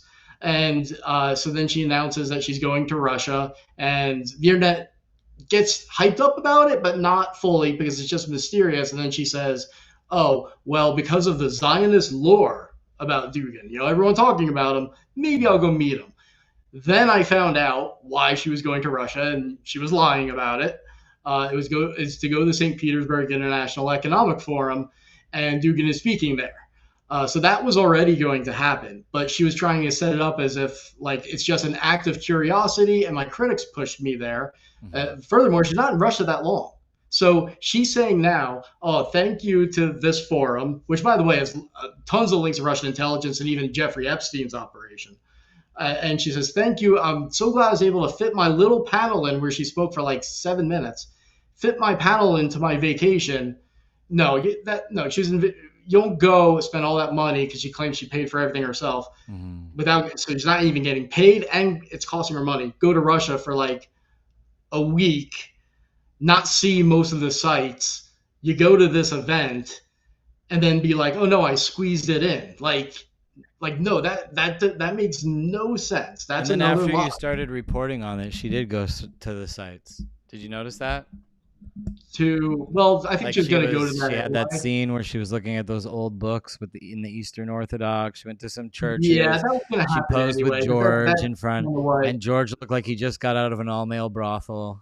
Like It's like, I mean, that fits the script too because it was all about, if you look at the branding that the Russians put on it, including her panel, it was all about Candace as a media figure, but who's pro family. She's the one who can tell the world that Russia is fundamentally pro family, pro children, and Orthodox Tsarist Christianity, as I call it, because they believe in a czar. They want yeah, like a combination of church and state, and they were anointing her as essentially the ambassador for their yeah. version of Christianity. That's what the point was. So I think she would have gone to the sites anyway. But it's amazing to see just no variation from shortly before the trip to on the trip and in the interviews where it's just all Russian talk. There's no deviation. There's no disagreement with any of the Russian talking points. Like there's no nuance. There's no variation. There's no improvising, coming up with anything new. It's just, I don't know if it's scripted for her or maybe she thinks she genuinely believes it, but that's remarkable to see a series of talking points being recited over and over and over again without the natural variation that every human puts on their perspectives. So now that Candace is done with the conference and that you know everything that about everybody there, what do you think happened behind closed doors, and how do you think it's going to manifest in the next 1 to 3 months with Candace and her sphere of influence and what she's trying to push? What is she going to be pushing? If you were I betting think on it's exactly what Kalshi, you're seeing now.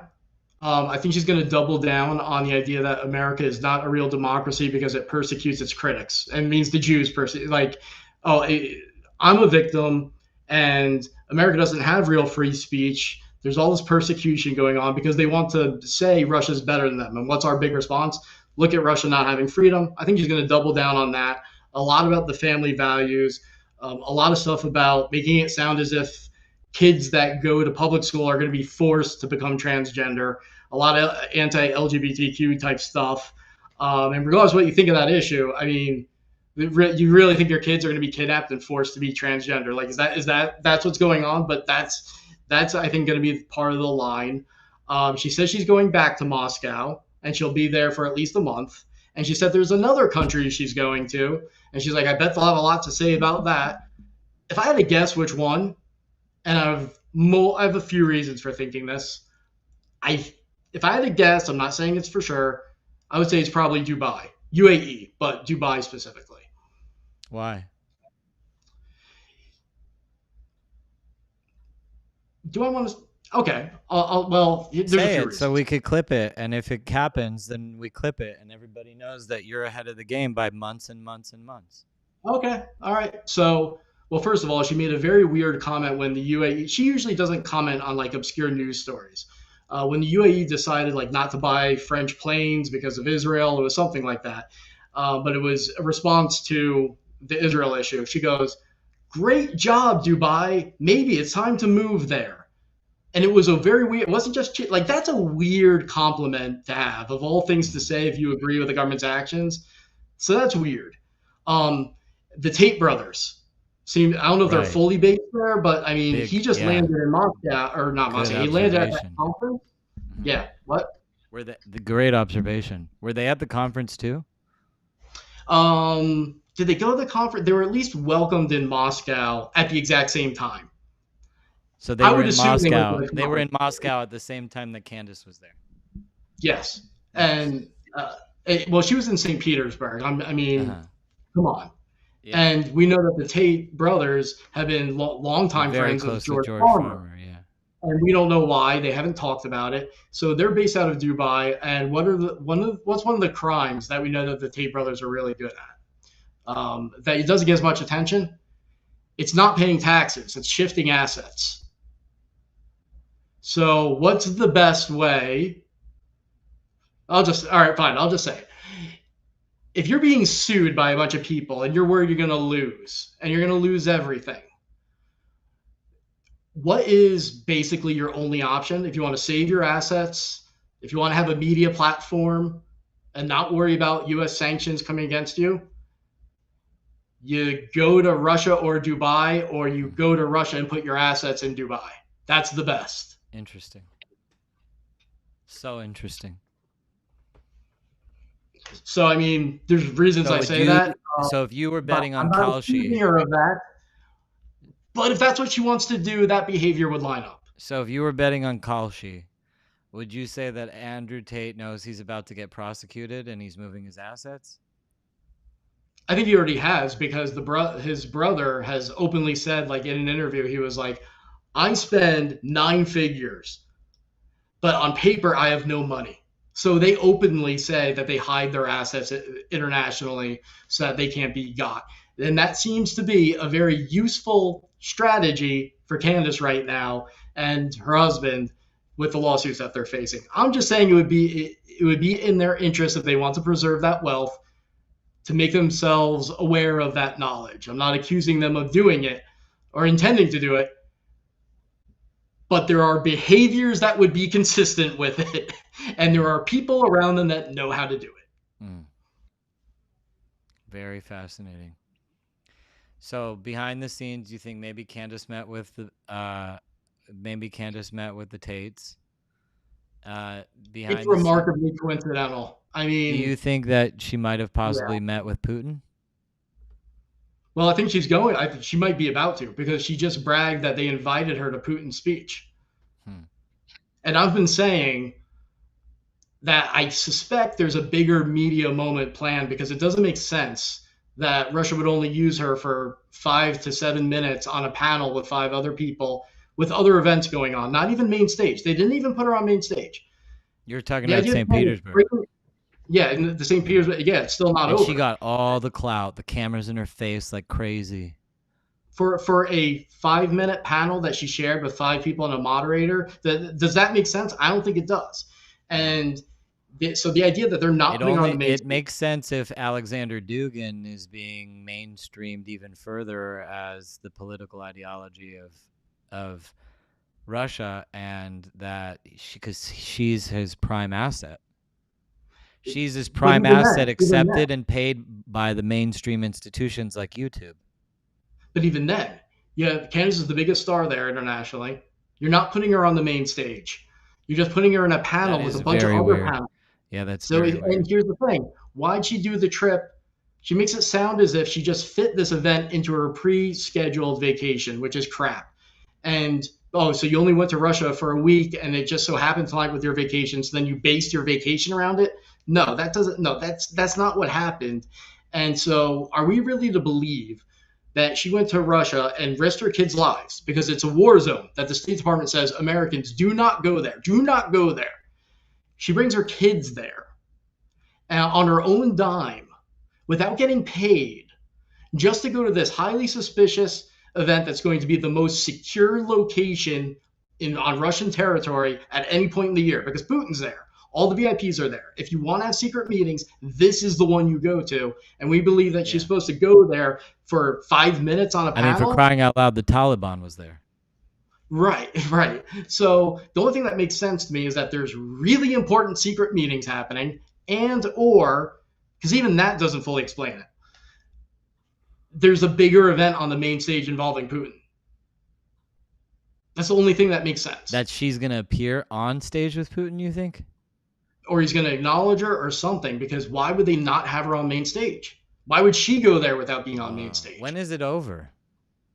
I think it's over sometime today, like in the middle, I think at late at night, our So time. if she doesn't make any appearance whatsoever, but she's there and she's not identified or called out by Putin, which is really kind of strange Well, too if no, you no, think of all no. the We don't Bridget know that yet. Macron Yeah. stuff. Like the Bridget No, so what Macron happened stuff is was, like Putin and the Macrons are fighting very heavily, and Candace is yeah, like the main adversary for the Macrons.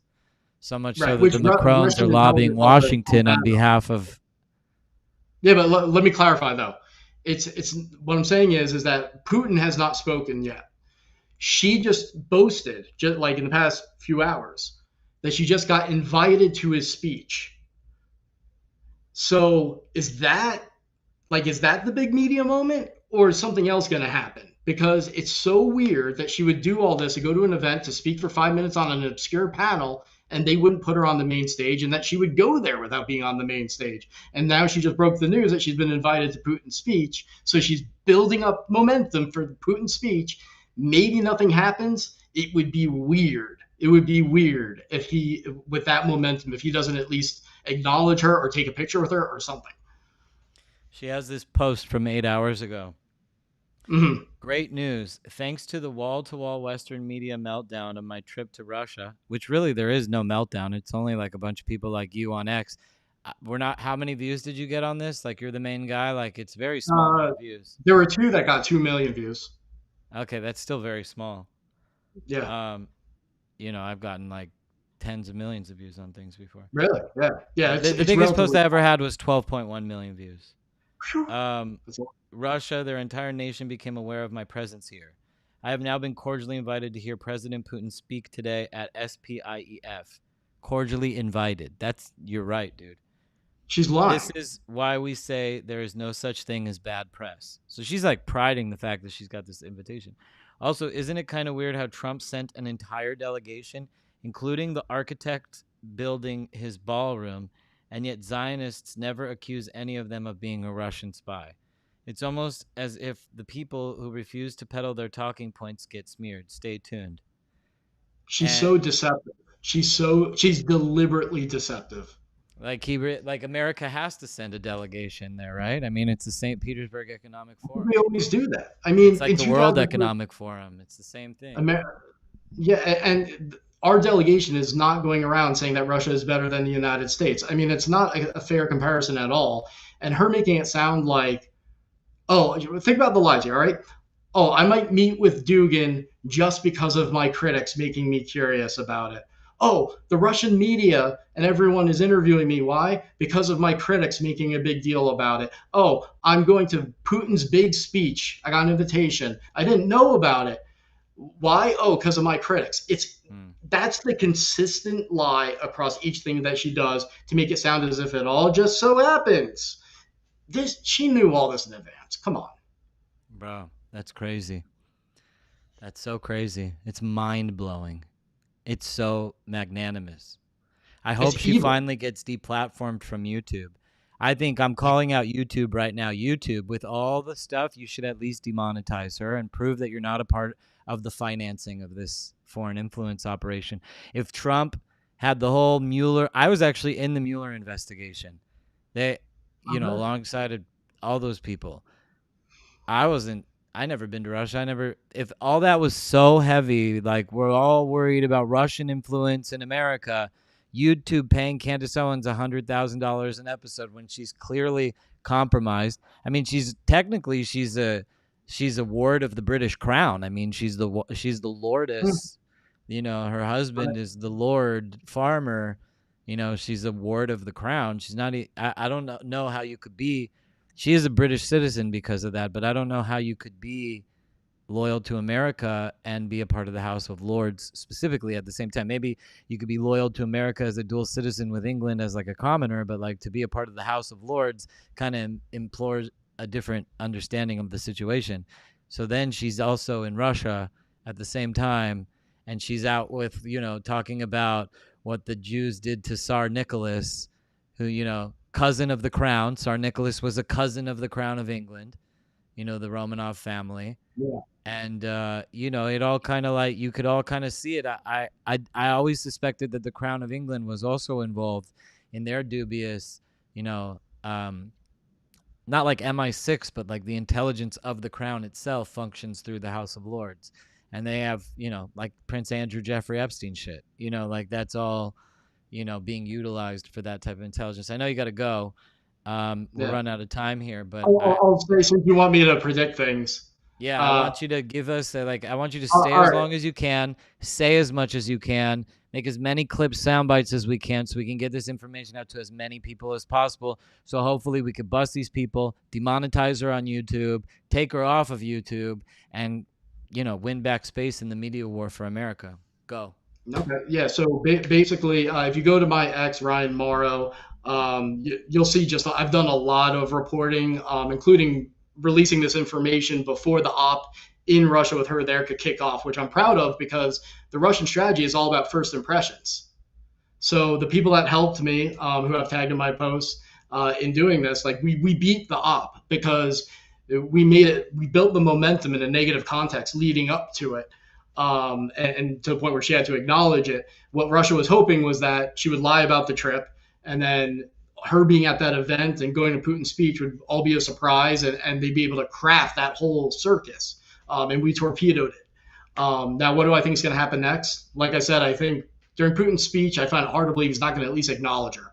I mean, you'll invite the biggest star at your event to come to Putin's speech and like just have her sit there. I don't know. I think something else is going to happen. Long term, what do I think the play is? Especially because she said that she's going back to Moscow for at least a month, and she's going to another country.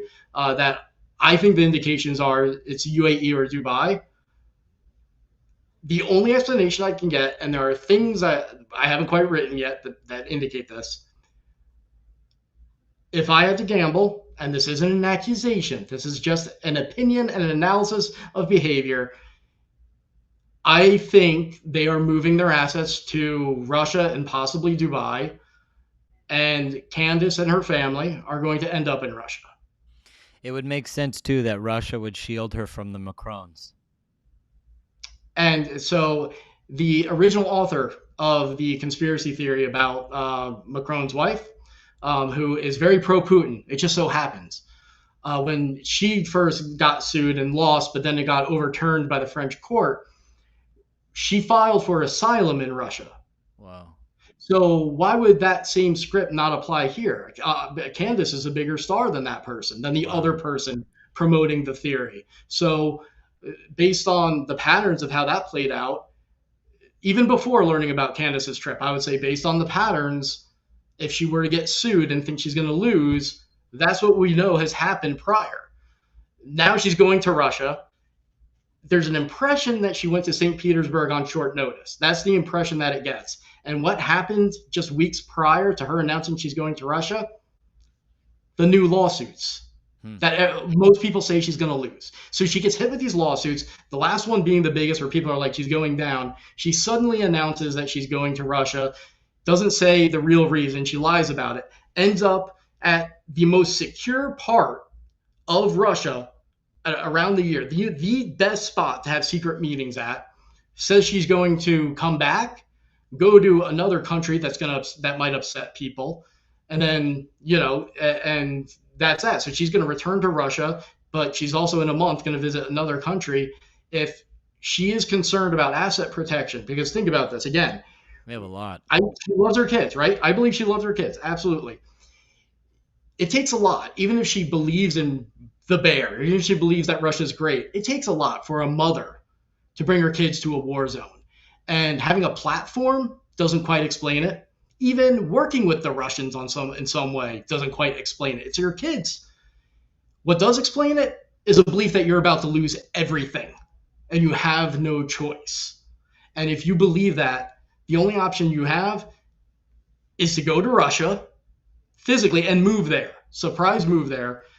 Move your assets there, maybe, or move your assets to Dubai because Dubai has access to the international financial system, and that's your play. That's the only option you've got. So I'm not accusing her of doing that. I'm just saying it's a pattern analysis. It's an option. Wow. Incredible predictions. If It's I not a was prediction. I'm just saying it lines up. Mhm. It does line up. It does line up, and it lines up that the next few months there's going to be, kind of like you remember when Putin had Tucker and Putin gave Tucker that envelope, and then all of a sudden Oh, you're right. and then Tucker became like a Putin shill after that. And that was Yeah. what they gave him publicly. I imagine, Putin wanted to be seen on air giving that envelope to Tucker in front of the world. Like that was very choreographed. So I don't know if Candace is going to get a packet like that. I don't think Putin's going to elevate her to the level of Tucker, the way that Tucker was elevated. But I'm sure she's going to be getting some secret information. And I'm sure that's going to be coming out on her show to boost her show, like you talked about, like ways to get around Farah, give somebody intelligence that they didn't have so that they have the story and everyone's tuned into them and that kind of thing. So I imagine her show is going to blow up in the next few months, and she's going to drop some stuff that is like straight from the Kremlin, She might. straight. She might. But I've got to tell you, if it's playing out like with what I said, the behavioral analysis, what lines up with the things that she's deceptive about, it explains. All these anomalies get explained by that. And it gets further explained by the Tate brothers mysteriously showing up in Russia at the exact same time for no apparent reason. They're not speaking at the event, Mm-hmm. but they're clearly there to meet with Candace or meet with someone about Candace because it makes no sense. And one of the things that they brag about, aside from their crimes against women, Is moving is money. shifting assets around. Yeah. And I'll go And even they're further. already All right, very close friends I'm with coming out. I'll George. drop one more bomb. They're very close. Before you do that, they're very close friends with George. It makes Yes. sense that they'd come to the aid of their friend and hook their friend up with their friends that hide their assets. Let's hear this bomb. I know she's in contact with the people in Russia who specialize in moving Americans to Russia, Hmm. Which is who? including like setting up businesses and handling finances and all of that. I Who are know she's these? in. Who are those people? I don't want to screw up the names, and let me just wait on that. Yeah, So I'm very precise, but that'll come out soon. you'll publish that. Oh yeah, I will. Yeah. When you publish it, we'll clip this little part of the thing, and you could say to be released soon by Ryan Mauro. Yeah. She's connected to the circle. I'll put it that way. She's connected to the Incredible. circle of people who specialize in that and promote it. Incredible. We covered a lot of names. We Yeah. spoke about a lot of people today, man. This was a Gossip Girl compendium. What else before you leave? The audience is glued.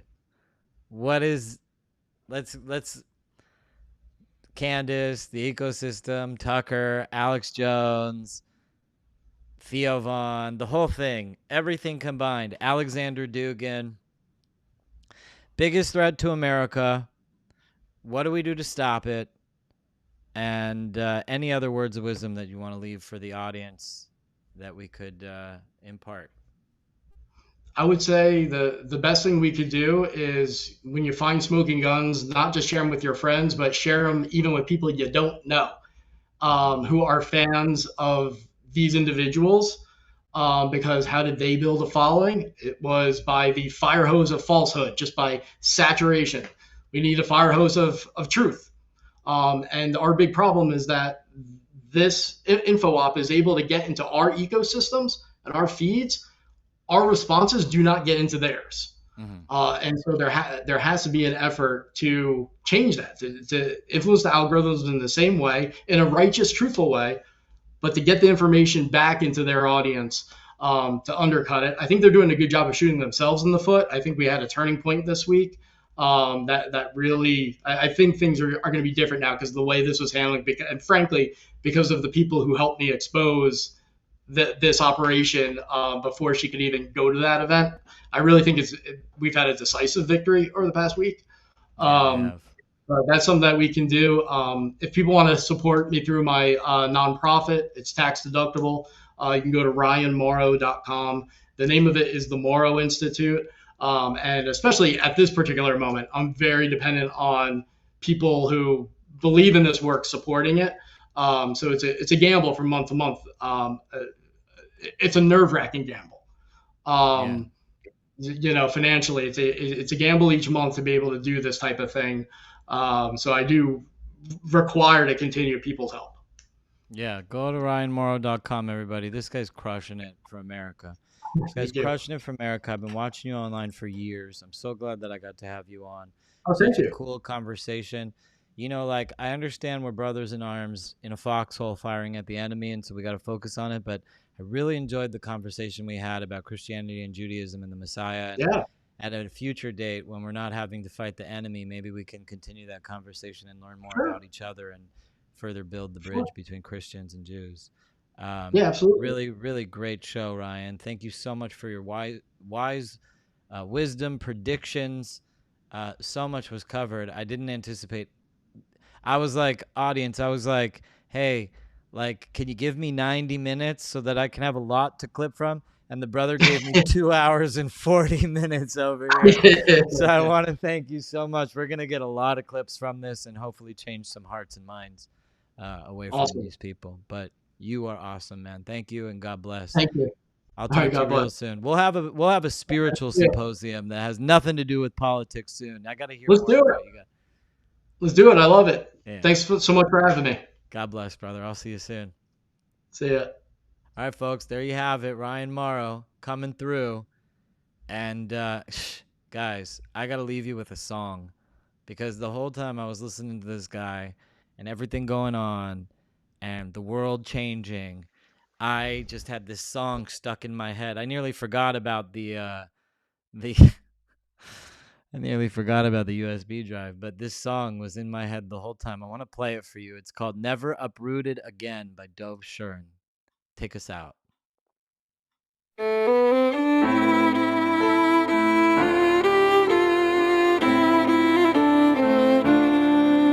They will never, ever remove us again. And we will take back the Temple Mount. More importantly, we will take back Judea and Shalom.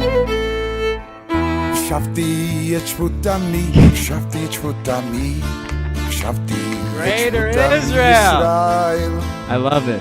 Shafti Can't wait to go skiing on Mount Hermon Shafti as soon as Echvutami, possible. Vacationing in southern Lebanon Israel. by the cedars of Lebanon. Ulitatim al admatam uvanu arim v'natu chramim.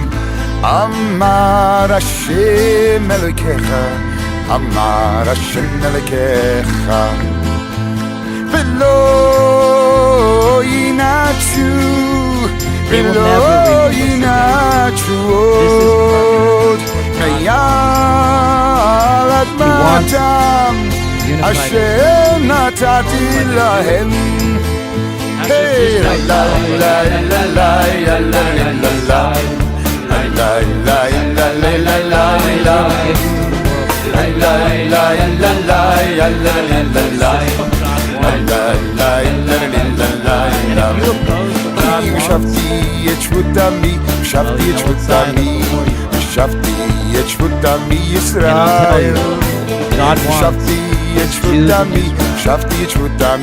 wants his temple, his home, Jerusalem, where he will rule the world and submit every nation to his bow before him.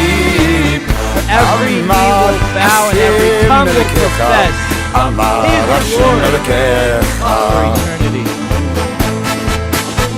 American money that supports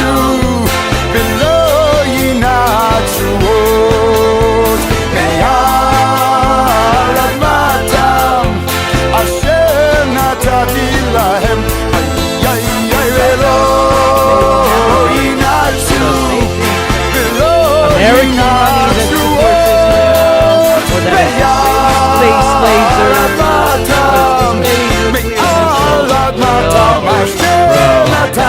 lasers, God is the reason why we win every time. We are Kalashim that take over Giborim.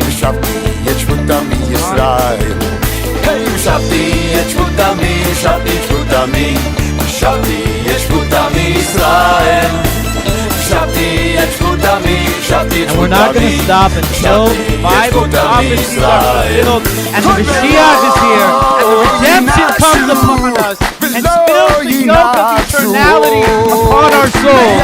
With the Tahiyat HaMetim, Ad Ne'eh Stream will be Ad to 1,000.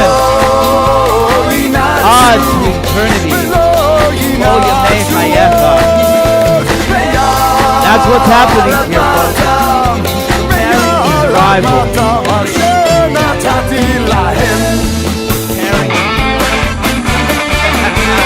The arrival of the Messiah is coming. And you're going to have to do what you're going to have to do to get on the right side, folks. I don't know what you're thinking. But I know that what he said in this book is going to come true. Word for word. So come to him now, before it's too late, and give yourself to him. He wants all of us. That's all he wants. He just wants you. He just wants your soul. He just wants your nefesh. He doesn't even want your submission. He wants your love. He wants your devotion.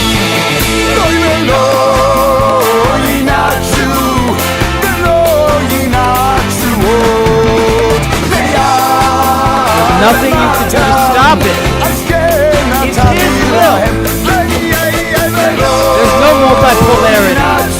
There's no negotiating with the enemy. This does involve the freeing of Iran. This involves the freeing of all of humanity. Grasp of the fake world.